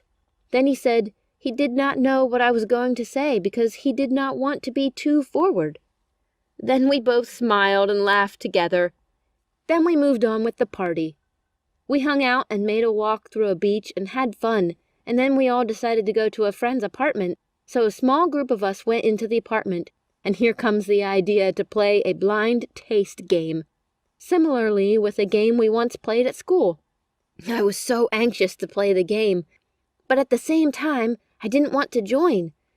I simply refused, but then I thought of it that I am the one who is really good in tasting things and smell very good, so I later decided to participate in the end. So as usual, the game started and was getting more interesting and fun, but still yet throughout this period, Sean did not leave my side for once. Well, he might be thinking he might not have this type of opportunity again. So everyone's turn during the game came and went, and here it comes my turn. So a guy closed my eyes and pushed my head towards the object. So I tried to perceive the object. I was not getting it. Then I tried touching it with my nose. At first it was a strong object as I touched it with my nose a bit and said, "It's a pen," as it does not smell at all. They all smiled. And then I was wondering what could it be. I then gave another try, but the object this time was softer. I was then surprised, thinking within me, maybe the object has been changed. But then I asked if they changed the object, and changing the object is outside of game rules. They all said no, that it's still the same object, and I thought, what could it be? But I had no answer. After a little moment of thinking, I grabbed the object with my hand to know what the shape of the object looks like. Then I feel it was a tall object, similar to cylinder, and I immediately opened my eyes. I was so much afraid because it is something inappropriate. When I opened my eyes, what I saw was simply a banana, which was so different to what I felt when my eyes were closed and everyone was laughing at me. I was annoyed, and only Sean could notice it then. He came to walk me home. He explained to me that it was a banana, but still yet, I disagree. I just told him to close the discussion. When I got back home, I greeted my mom with a weird look on my face. Then I went straight to my room. She gave me some minutes to be by myself before she came to meet me. Then she asked me what happened at the party. Then I narrated everything to her, not leaving behind the aspect where Sean came to give me a long hug and a peck. She told me not to be annoyed about the game, though I have forgotten about how I felt during the game period because the thought of Sean is now all over me. So Mom asked me to gist her about Sean. So I did, and we all laughed, and I was happy all through the night.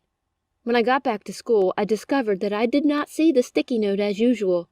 Then I looked straight down to Sean's seat, and then I saw him smiling. Then I laughed as feel. So the class started, and immediately the teacher came in. Then every other student told the teacher about everything that happened to me at the party, and they laughed. But then the teacher said to me, he will call me one day and tell me a secret behind this game. Then he left the class, but within me I am still not sure if the object was banana at first, or they changed the object during the game, as it softened and changed, and I am still confused, and I will never play that game again. This is the reason why I didn't want to participate in the game earlier. See what it all turns out to be? Please let me know in the comments if you think they've changed the object, or am I just thinking wrong?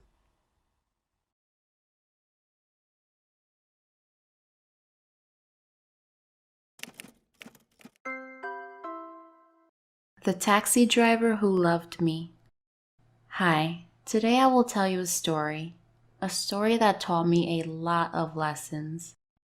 The most important one was that sometimes what may seem true is not true, and we shouldn't be so fast into thinking assumptions about people. My name is Carol. I am 16 years old. I live far away from my parents. Because of my school, I live alone in a small apartment. Well, not really alone because I have a cat with me and her name is Sam, and she means the world to me.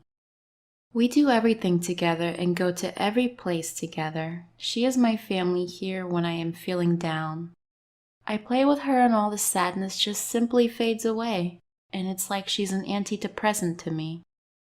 I don't make many friends, and it's really difficult being alone. My parents knew that, therefore they gave Sam to me as a gift. It took me some time to adjust to the new place, but I got used to it. There is this taxi driver who is a lot older than me. He also lives somewhere near my house, and he usually drives around the area. And the thing that I wanted to tell you about him is that he is in love with me. Well, at least that's what I used to believe. He is a really nice person. I had seen him a couple of times in the street and after school.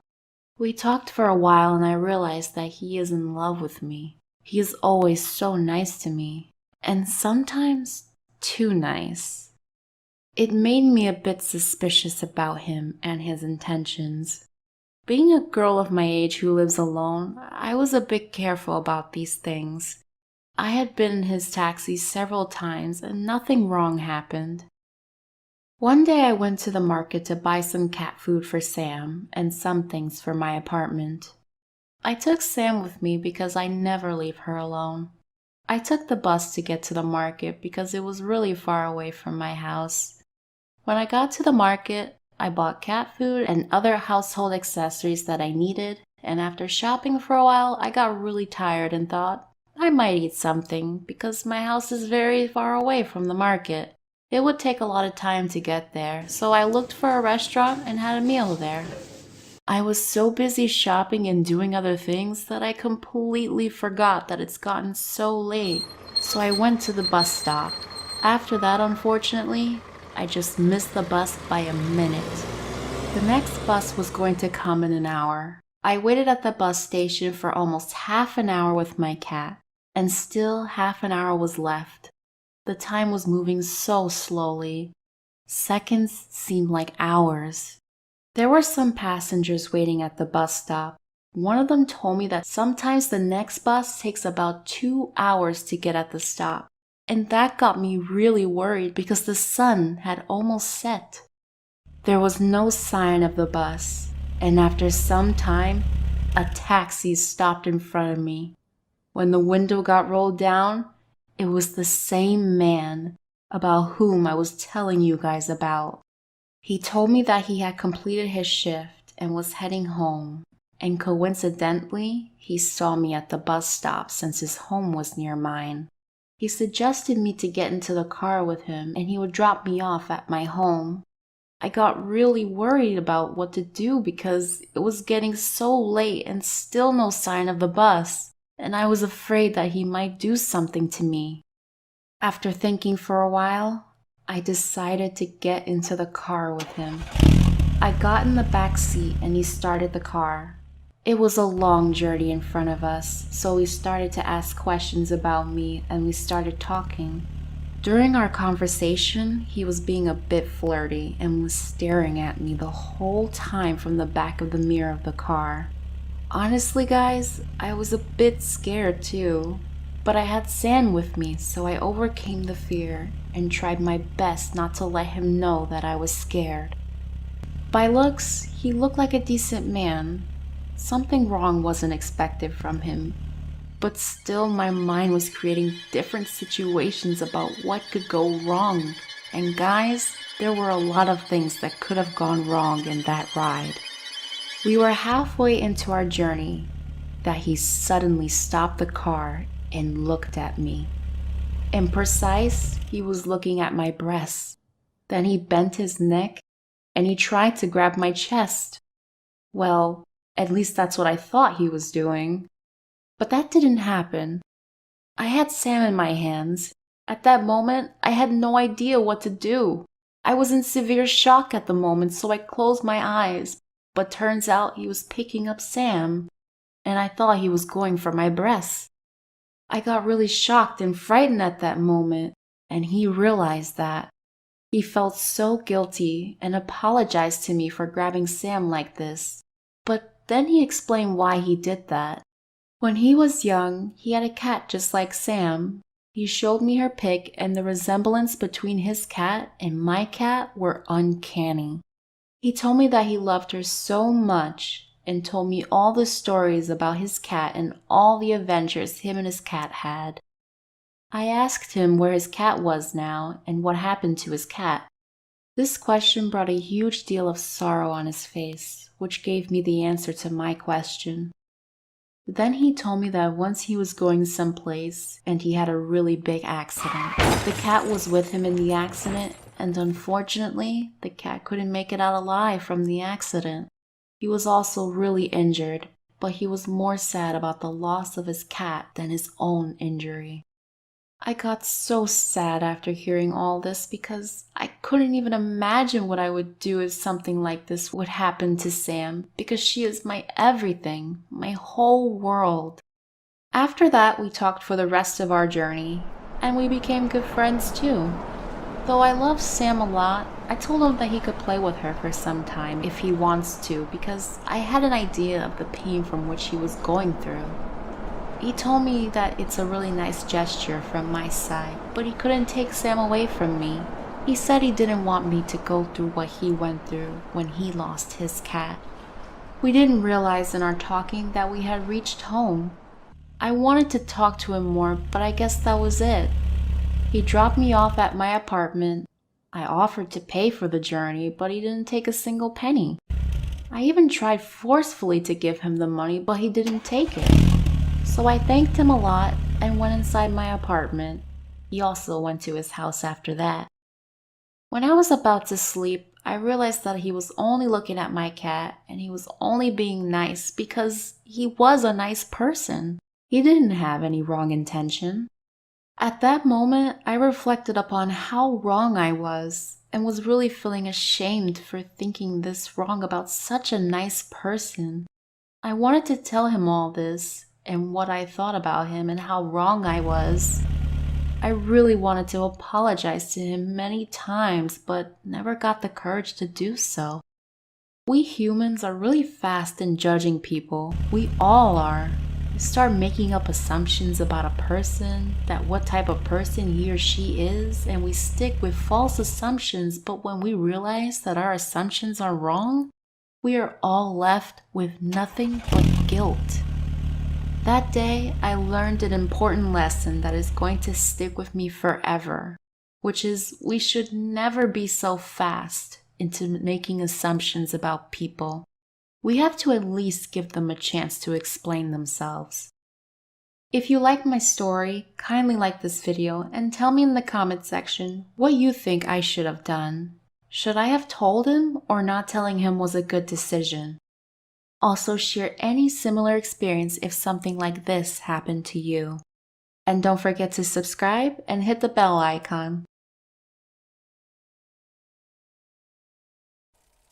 As you already know through the first part of my story, my name is Carol, and just like every other girl my age would easily misinterpret and suspect kind gestures from male folks out there, it was somehow normal for me to suspect a taxi driver that showed me so much love. As a matter of fact, you can't really blame me. After numerous sexual assault attempts I've suffered from old people that are even related to me, I have grown up to suspect every male folk out there, especially in today's world. It seems nothing goes for nothing.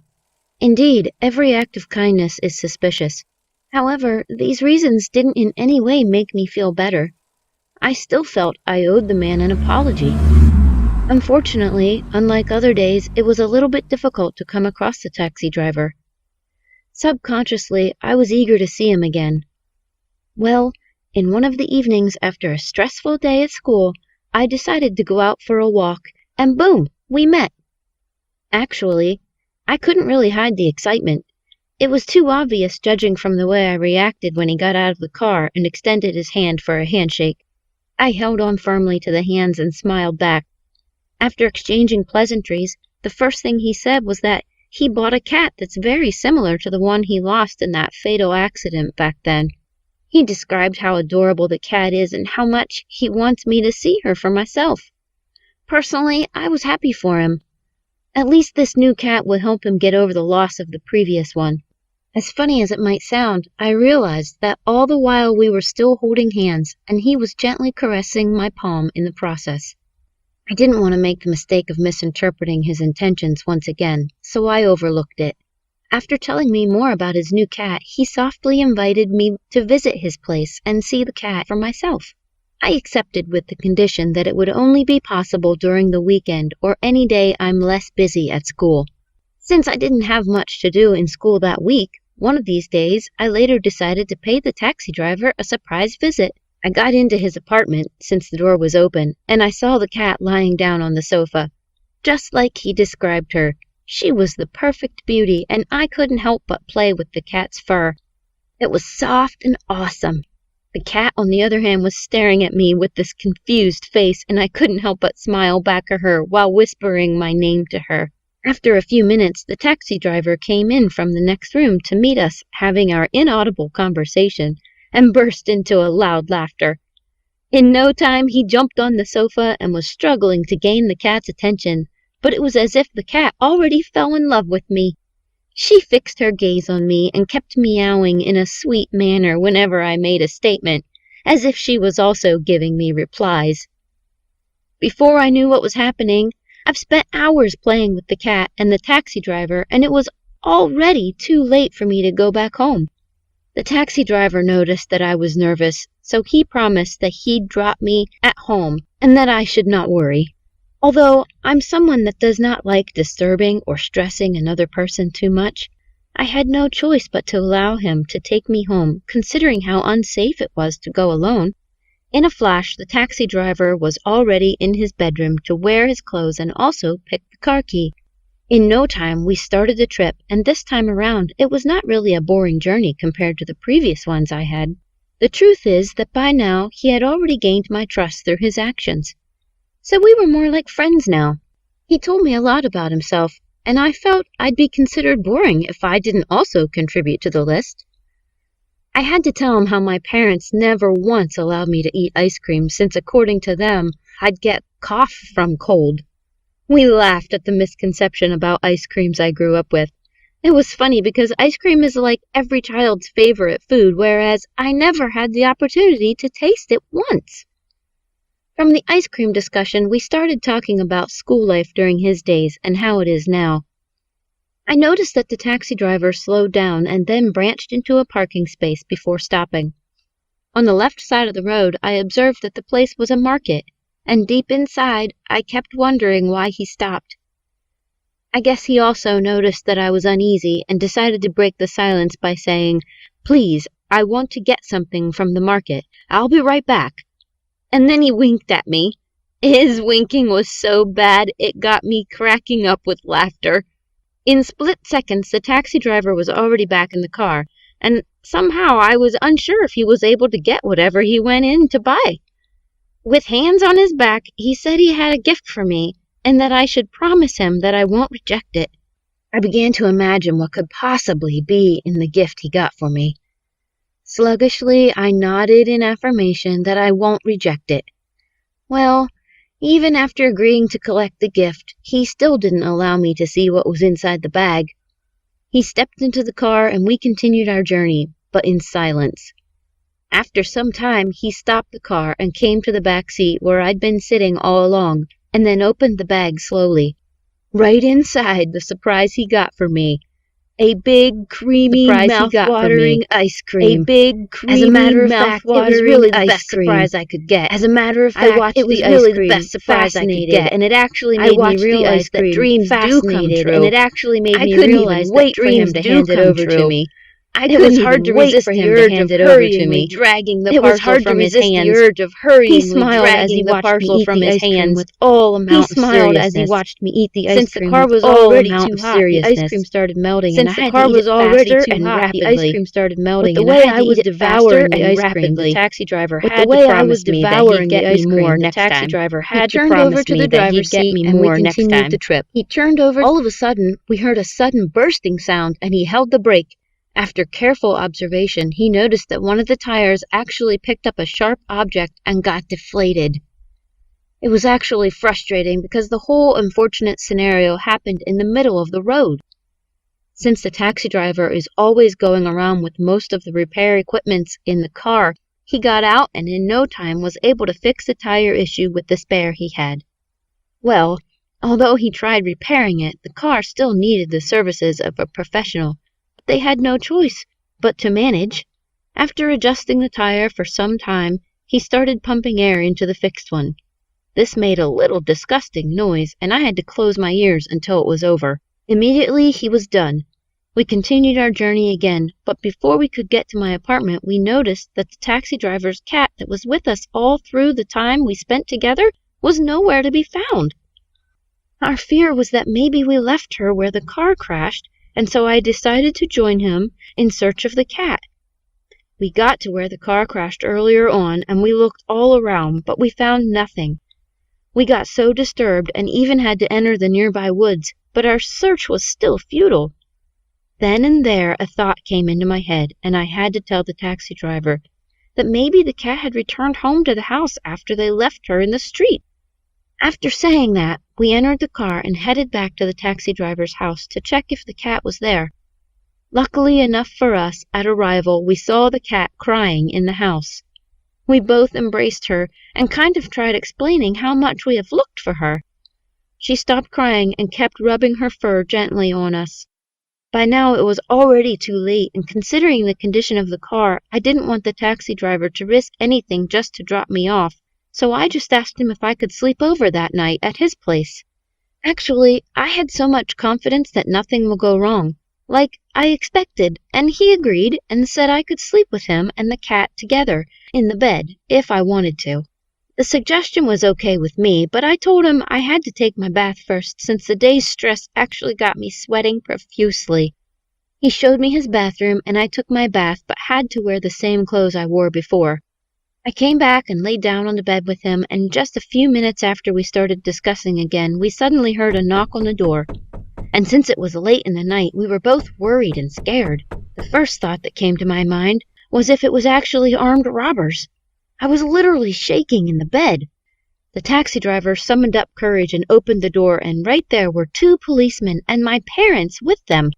According to them, they'd been looking for me all day. I was so happy that my parents came to pick me up, but why they had come with the cops was something I didn't understand. The cops took the taxi driver, handcuffed him, and he was prosecuted and sent to jail.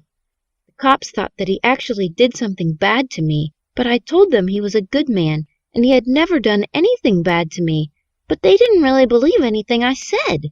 One of the cops kept saying that maybe the man had threatened me not to reveal the truth. He told my father that the taxi driver had done similar things in the past. Well, I don't really know how true that might be. All I knew was that he never hurt me in any way. After the taxi driver was sent to jail, I decided to take care of his cat and mine. I'm sure that's the least help I could render to him. But even with that, I'm still confused. I don't know what to do. Can I go to visit him in prison? I'm sure he'd be happy to see me, but I don't know if my parents would want me to do that. Or maybe I should just let things be, and after serving his jail time, he'll be released and I can hand over his cat to him and apologize for what he's gone through because of me. Please help me by commenting on how I should act now, because I don't know what to do next. You can also like the video and subscribe to our channel. Like a bolt from the blues, it has happened that the taxi driver who I was beginning to get fond of is no longer with me. I was not myself by the passing of each day. Oh my God! Examination was by the corner, and it seems as if I don't give a damn. I couldn't just help it because every one of my thoughts was tailored toward the good moments I had with the taxi driver to the moment he was taken away from me. The more the days went by, the more scared I became. I was torn between 2 worlds, one filled with everything I could ever dream of, love, value, passion. The other, forbidden love, punctuated by dangerous choices. Finally, one day, I decided to visit him, irrespective of what the consequences may be. Because since after I learned my lessons on the disadvantage of judging or doing things based on assumption, I started to take bold steps and good risks. So I got dressed in my skimpy skirt and a top and immediately made my way to the jail. On my way, I was lost in thought on what could be his condition, now that I've not seen him for 2 months. Who knows how he looks now? Can he still recognize me? Ugh, I just hope I can still see him. Amidst my fears, the one that fears me most was if my taxi driver friend would permit me to come close to him, because it's obvious that he was sent to jail because of me. That look of guilt was all over me, just like a rat that was caught stealing. "Gosh, I've passed the jail!"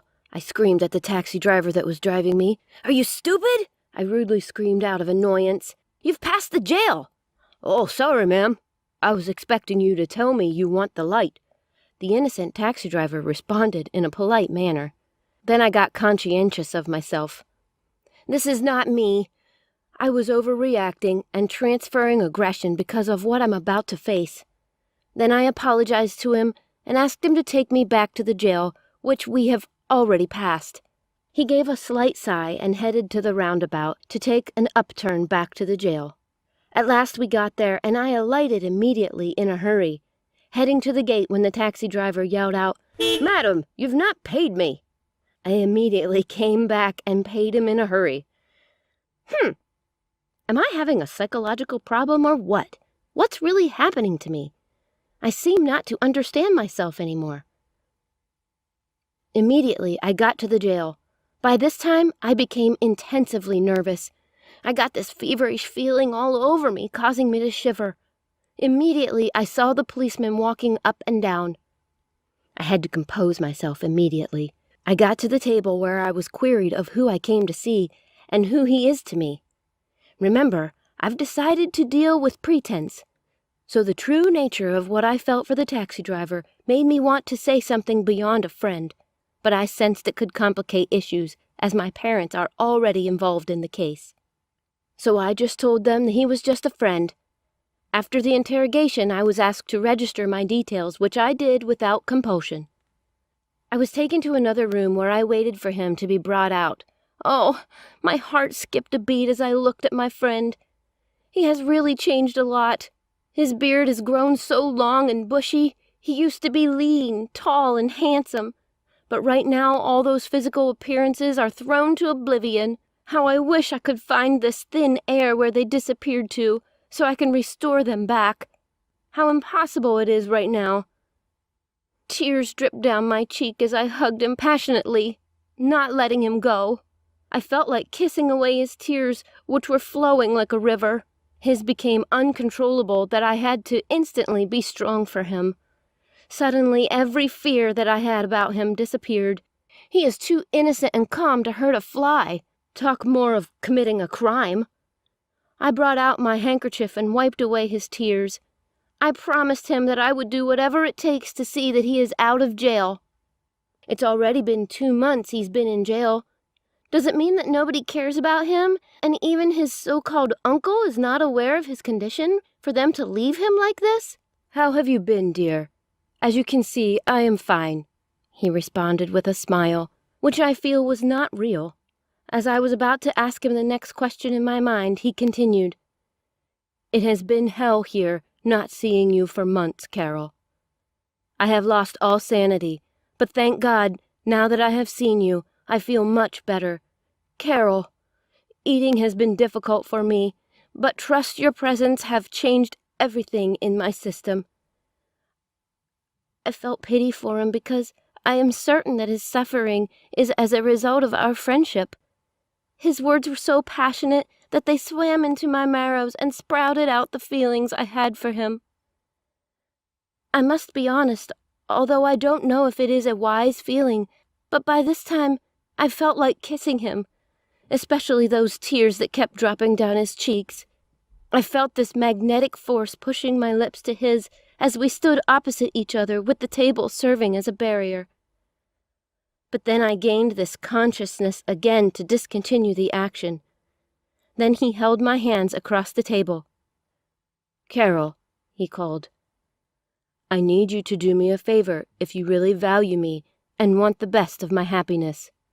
This is the only thing that can bring me out of this jail alive. What is that? I responded without mincing words. I need you to go to my uncle's house. Take my house keys and get me the pictures of my cat. You know I can't be with my cat here. I just want to take a glance at it once more. She is the source of my joy. Please help me. I understood his plight, because my own cat has always been an antidepressant for me. That is how comforting cats can be, and true to the fact, at a time like this, Taxi Driver's cat is the only one that can help him overcome his depression. Do I really have an option? Not now. I promised to get to his uncle's house, collect his keys, and get the cat's pictures. Then I requested of his uncle's address, which he gave me. I hugged him and left for the mission. I headed immediately to Uncle Sam's house. On my way, I was still reflecting on what happened in there some minutes ago. That feeling that almost made me kiss him. Oh, it feels so good. Was this really out of pity, or was I just being real? I asked myself. Well, time will tell. Let's go complete this mission first. Locating Uncle Sam's house wasn't really that stressful because Taxi Driver has already showed me his house before. On getting to Uncle Sam's house, he was at the table munching some fruits. He gave me a warm welcome. As I delivered the message, he immediately abandoned the fruits and went into his room and came out almost in a jiffy. He said, "Let's go." Like a military man, I followed after him as we both marched down to the Taxi Driver's house like soldiers. That anyone who saw us coming need not to be told that something was wrong. We arrived at the Taxi Driver's house. And as I was waiting to get the pictures from Uncle Sam, I spotted the cat running under the sofa. I was excited when I saw her, thinking she's going to smile at me, but she didn't. I tried to grab her, but she is very far from my reach. This attracted the help of Uncle Sam. He pushed her several times, and I finally got the cat. But while he pushed her, I also found a strange paper under the sofa, a paper with names and X's. X. I had to hide the paper from Uncle Sam, and I secretly left with it. After some minutes, Uncle Sam came out with a bag. He handed over the bag to me. He said that the bag contains all the pictures, but I shouldn't open it for any reason. All I need to do is hand it over to the taxi driver.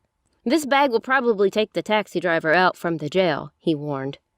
Now I'm beginning to sense something fishy about the whole scenario. I was so curious about the bag and even more curious about the strange paper I found under the sofa. So I decided to take the risk. When I arrived home, I opened the strange letter I found, and guess what I found? A paper with 7 names, and all of them were crossed with an X as they were eliminated. And in the end, I saw my name, Carol. And my name looks like it was waiting to get eliminated, or what I can call the next in line. I was astonished at what I saw. Could this be true? May there be this mistake somewhere? Or it's certainly not my own Carol. There and then, my feelings about the taxi driver automatically changed. Does this mean that the cops were right when they said that the taxi driver has done this in the past? Maybe the taxi driver was trying to fool me to get me assassinated much later. Oops. Don't really know the thought to believe now. My head got heavy. But that's not really my problem now. My problem is what to do with this mysterious paper that I found my name on. I was confused on whether to send the letter to the police or keep it secret. It really took me the whole week to think through. Not until the weekend, when I decided to handle it my own way. I know it's quite risky for me to take the paper to see the taxi driver. Perhaps I would question him about this, because my life is at risk too. On getting to the jail, the first guard I passed strangely watched me, and I was a bit nervous. But it didn't take long for me to compose myself again. When I got to the next guard, the policeman asked me what was in the bag, and I said only some pictures, and while he tried to take my bag and inspect it thoroughly, he was interrupted by his colleague's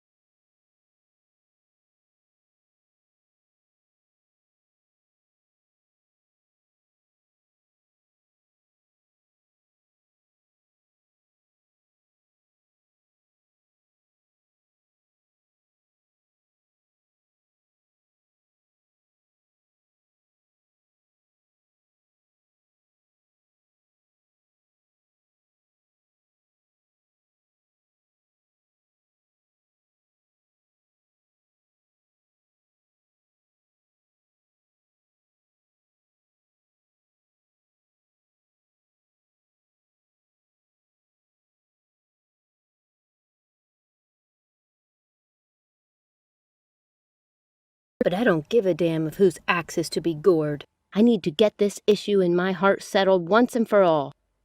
So I picked up my phone and I called him. But he asked me to come over somewhere close to taxi driver's house. Without a second thought, I went straight because I need to offload the burden. When I got there, I noticed Uncle Sam was somehow drunk, and he asked me to join him on the sofa for a drink. I vehemently refused, although I'm almost 18, but I am not still allowed to drink, and I don't want to. I'm a girl on a mission, so I don't need anything to distract me. But he insisted and tried forcing the drink into my mouth. At the same time, he held my throat, pushing me to the wall and started muttering some words to me. "You are a smart and brave girl. You did a great job. You're my hero. Blah, blah, blah, blah." I couldn't take this anymore. Is this how to compliment someone? I pushed him away and took to my heels. Of course, I still kept my secret. The confusion this time is unfathomable, because I don't know why someone will be praising me, but yet holding my throat as though I'm fighting over something with him. That's quite ironical. I really need answers to these questions in my mind. I neither know who to believe now or who to confide in now. Should I go to the police or keep the secret and strange paper with my name still waiting to get crossed? I need your advice on what to do before I go nuts or make the wrong decision. And remember, if I delay, who knows the deadline for my elimination? It may be this last moment you are reading this. So do not hesitate to save a soul now. It was a very beautiful garden, well decorated with my best flowers, the roses. I was lying so comfortable in the arms of the taxi driver, and the next minute, he disappeared into thin air.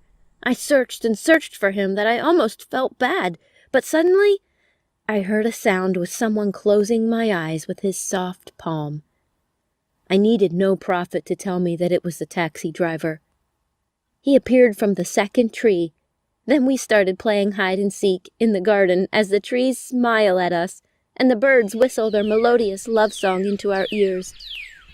For the second time, I didn't want to let him go. Suddenly, my alarm brought me back to reality. That made me realize that it was only a dream. Why can't this dream just continue? I cried. But then, how can I be playing so insecure with a man who has my name on his elimination list? Still on my bed pondering, I thank God it is a Saturday morning. No academic load, and I have myself all for me. Then I suddenly heard this big horn, and I stretched my eyes to see through the window what this early morning disturbance could be. Guess what I saw? I saw a taxi in my garden. I peeped very well to know whose taxi it is, but I was struggling because the weather was not yet very clear. I decided to come outside. As I was about opening the door, I heard the doorbell ring. I quickly opened the door, and there he is, the taxi driver, standing right in front of my door. Wow, he's finally out! I invited him inside, and he came in full of joy and happiness. I decided not to give him that warm welcome as usual because, for all I know, I'm no longer safe with him around me. I did the little I can by offering him a coffee. You can keep it on the table. This coffee is not what I need now. Then he started caressing my long, silky hair. The feelings of my dream just came over me again. I felt loved once more. I felt like holding the taxi driver again and kissing him all over.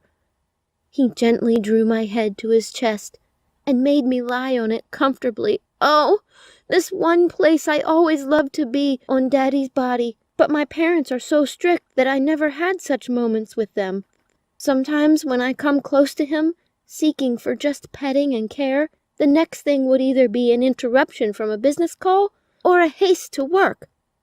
Growing up was never fun for me, and now someone is giving it to me with quality attention, love and care without seeking anything in return. But then, I was reluctant to allow him to have his way. Of course, you know that I was still afraid from the time I found the strange paper. You are not going to escape me this time, I murmured within myself.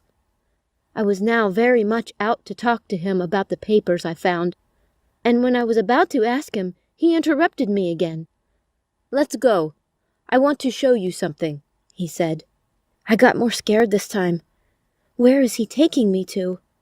Maybe the elimination time for Carol has finally come today. What do I do now? Do I call the cops or my parents? They were the ones that put him in jail for a reason. I'm yet to find out. Then I summoned up the courage to ask him. Where are you taking me to, and for what reason? To my apartment, of course, he responded. Or do you have any problem with that? This time he laughed uncontrollably. Okay, because the last time you came you didn't come back? Oh, don't worry, no matter what it takes me. I'm going to make sure you sleep on your bed tonight. And excuse me, who says I'm going to take the whole of your day? I just want to show you something and bring you back to the house. Certainly not more than an hour." I was still looking at him and his babblings in bewilderment. I asked him to allow me to dress up. Then I sluggishly changed into a pair of combat shorts and a shirt and a pair of canvas shoes.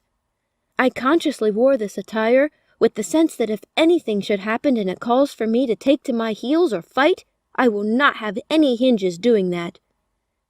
Immediately I came out, he screamed, "Wow! That's my elegant queen! What a strong woman! Brave and smart!" Those were exactly the same words that Uncle Sam used on me holding my throat when I went to make the report. Guys! This time around, my fears knew no bound. Nevertheless, I reluctantly entered his taxi and we went together to his apartment. On getting to his house, he didn't even care to offer me a seat or coffee. Rather, he immediately started searching for something. From the sitting room, he moved to the bedroom and came out again, scattering everywhere. Now he was already sweating profusely and was very nervous. "Who could have taken this? It was right here," he exclaimed. Then he took to his phone, which he forgot in the taxi, and called Uncle Sam on the phone. He did not answer. He sank on the sofa with a deep sigh. "What is it you are looking for? Tell me so I can help you," I said to him. He laughed hilariously at me and said that it is something I don't know and I shouldn't know until today. My heart skipped a beat and I screamed, "Till today? What is happening today?" I questioned him. He didn't respond to my question but drew me close to his bosom the second time and started caressing myself. "You're a genius, and I like that. But this one is a secret for me." Then he aggressively stood up and said, "Yes, let's go to Uncle Sam's house. He might know where it is." So we decided to go to his place. On arrival, taxi driver told me to wait in the car, and he went to Uncle Sam, and they started fighting with words. "Why are you lying to me? What did I do to you? Just tell me where it is." These were the words I was hearing as I eavesdropped. It didn't take long. Taxi driver came back in the car very nervous, and while we were going back to the house, I asked, "What's going on? Why are you so nervous?" He said nothing. "My uncle claims not to see what I've been looking for." There and then he told me that he had a paper where he put name ideas for his cat, and he can't find it. My goodness, is that all? I was surprised. Why, it should be a problem to him. Then I understood. You know the affinity we have with our cats. We value them so much, and anything concerning it. But then, the paper isn't the problem. But there is a precious name there, which I want to show you. Now I know that the paper was nothing scary. They were just name ideas, and he also wanted to name his cat with my name. This one got me crazy. You know, I was beginning to feel like a princess now. I excitedly told him that I have a surprise for him too, when we get to my house. This time my fears have already melted. I was beginning to see that lovely and caring friend in him, as before. On getting home, I rushed immediately under my bed where I hide confidential things. I ran out of the room in a dancing and excited motion, and I showed him the paper and told him that I wanted to save it for him. He jumped on his feet and lifted me up, flinging me around the room, looking into my eyes. He wanted to say something, but then remained speechless. Finally, we went back to his house again. Behold the cat lying in her normal position on the taxi driver's bed. This time, immediately she saw me. She smiled at me, and he carried his cat up facing me, and named the cat Carol, my name. You are very beautiful, meek, and smart. That's why I gave you this name after Carol, my friend. Both of you possess the same quality. And he handed over the cat to me, saying, Carol, behold your namesake, Carol. Oh, that was one of the best nights ever. He really treated me like a queen and also thanked me a lot for everything I did when he was in prison. I have a good news to break to you. My taxi driver friend announced to me that he wanted to open a beautiful big boutique for me, where I can sell cats and its accessories. Talay! Oh, my Cinderella dance! I couldn't help the excitement that was written all over me. I jumped on him, giving a big hug in appreciation. I would have kissed him, but I was still being a disciplined and good girl, you know? This is a dream come true. I know how I have longed for this, but my parents wouldn't let me have my way. Wow! I can imagine the name of my boutique. Carol Cat Boutique, or Catty Car Boutique. Home for your cat. Whichever one, I can't wait to see the reality of this offer. My desperate mood can be defined from my voice. When? Where? How? I questioned. He was happy that I'm excited too. He told me to calm down. That will be soon. But first, he wants to give me a treat by sending me to travel to another state of my choice. That sounds great, but too good to be true. The taxi driver is just full of surprises. And what I did to deserve all this is what I can't tell now. In addition, he said that on my arrival, I will also have to bring a bag from his friend. Not again. A bag? The last one was not funny. I was still shocked, confused on whether to embark on the trip or not. Meanwhile, he is still awaiting my response. Why on earth would he just send only me for this trip? Why won't he come along with me? I cannot forget the saying that once bitten, twice shy. Should I take this second risk again?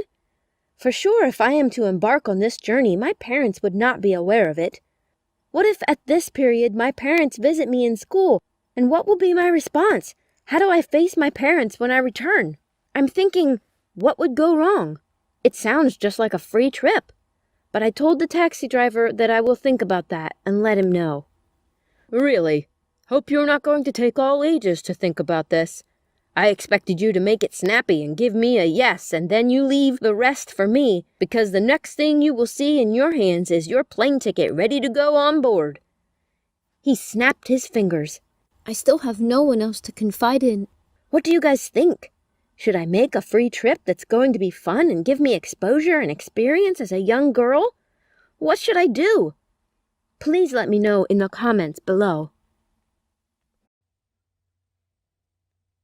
I have always seen that adulthood is more of an elusive, sort of abstract concept that I'd thought when I was younger. I just assumed you'd get to a certain age and everything would make sense. That's just what I think right now. I feel like making my own decisions without my parents' consent. Yeah, I'm an adult after all because I'm already 18. Some of my age mates are already having boyfriends, but I've not got into any relationships before. But you know what? Now I'm ready for it, and I do not doubt that my taxi driver friend is waiting for me to give him the next blink to get closer to me more than ever. As you know, the taxi driver is a kind and generous person. He is someone I've always loved to be around, irrespective of the misunderstandings of the past. It was no longer as though he was reading my heart as regards to what I want. Becoming fond of me is an understatement comparing to what started existing between me and the taxi driver, especially since he told me of my free trip to Brazil. One cool evening, I was at home when he knocked on my door. I opened the door and guess what I saw? A bunch of rose flowers standing right in front of me. But the knocker was nowhere to be found. I know it will be you, I said, kissing the flower as I made my way into my room. Then he appeared from my behind. Ah! My heart skipped a beat. He hugged me, telling me how much he values and respects me. I love it when someone uses the phrase, I value you. He told me that he would like to spend the night with me, and it was going to be the best night of my life. You know that when you are gone to Brazil, I will miss you so much. So permit me to enjoy quality time with you before your departure. Immediately he said that, I became skeptical because of the last incident that took place, the last time we wanted to spend time together. But then, since I found out that Taxi Driver is not a bad person, I now feel free and safe with him. So I accepted. Yeah, I accepted to spend the night with him at my house. He is so lovely. During dinner, he fed me as though I was a baby. You know, I can't tell the last time someone fed me, talk more of petting me. Indeed, that night was a night of nights. We freshened up and then retired to bed, though he decided to sleep on the floor. I was surprised. But before then, he came to my bed and whispered to me, "I've got a movie for us to watch. Do you mind joining me?" "Sure," I screamed in excitement. He took me to the couch and played the movie. Oh, it was a blue film. He turned off the lights, and all we could hear were moans from the television. We watched with keen interest until we were sent to bed. That night, the taxi driver sneaked into my bed, and that was how it started. He would touch me on sensitive parts of my body. I was very aroused and excited. My heart was pounding, and my respiration was serious. I had never been this aroused before. Then he whispered to me again, "I love you with all my heart, and I promise not to hurt you, but grant me this offer, to stay with you throughout this weekend." This is what I wanted. I wish I can have this feeling over and over again. I gave him a yes, and he started kissing and caressing me. This happened almost every night for those 3 days we stayed together. We watched more movies, and we practiced what we watched, but he never did anything bad to me. I just can't stop loving you, Carol. I feel like kissing you over and over with passionate kisses, with eyes closed amidst the cool breeze under splashing rain. Even in my silence, I miss everything about you. Every time I start missing you, I try to pacify myself by thinking that the worst is already over. But no matter what I do, loneliness casts gloom and darkness. Like a raging, merciless tornado. It sucks away my life's happiness. Just hug me, Carol, and feel my heart barely limping through. I'm not asking for a lot from you. All I need is you. Your love is all I care about. Just your life alone. Just your love. Like a tree withering away without rain. Like a bird trapped mercilessly in a cage. Like a fish doing circles in a tiny bowl. Like a tiger, chained, loathing in rage. Like a flower dying under the harsh sun. Like a lake drying up in a drought. This is how I feel from within when I'm lost in thoughts of you, my dear Carol. That was a love song composed by the taxi driver to me on the last night we spent together. As days went by, I discovered that what we were doing was wrong, and we needed to start having some safety measures. He declared his love for me and showed me how much by doing things for me. He did my household chores, took me for a shopping spree in town. He didn't want to see anyone around me. At night, he would touch me and tell me he couldn't wait for me to grow so we could be doing that together. I was already forgetting about the trip to Brazil when he reminded me of it on the morning of his departure from my house. Then he dips hands into his pocket and gave me a one-way ticket to Brazil and wraps of money. I guess this is going to take you for 1 week to stay in Brazil. Your flight is booked for Saturday morning by 8 a.m. Immediately he left. I got back into the house. I was dancing all over the house full of joy. It seems like a dream to me. Carol in Brazil! Wow! I started getting the things I need ready for the trip. On Saturday morning, the taxi driver picked me up from my house, and we headed to the airport. He reminded me again that it's going to be a fun trip while we are heading to the airport, and upon arrival he says, "Good luck, Carol." Good luck? Why is he saying good luck to me instead of safe trip or journey mercies? I pondered. However, being carried away by excitement, I took it as nothing serious. It was a cool flight to Brazil, and I enjoyed every bit of it. On arrival to Rio de Janeiro, the second largest city in Brazil, my excitement knew no bounds as I sight the statues of Rio. So amazing! I landed at about noon, and it's very hot there. As I picked my luggage, I saw two guys waiting for me with my name boldly written on a paper, Carol. Without a second thought, they approached, although it was such a cold one without pleasantries. I entered their car as we embarked on a very long journey. It was then I realized that I have been taken from the city of Rio to a far and poor city of Piauí, and the hotel they lodged me in is nothing good to write home about. Very old and dirty. Gosh!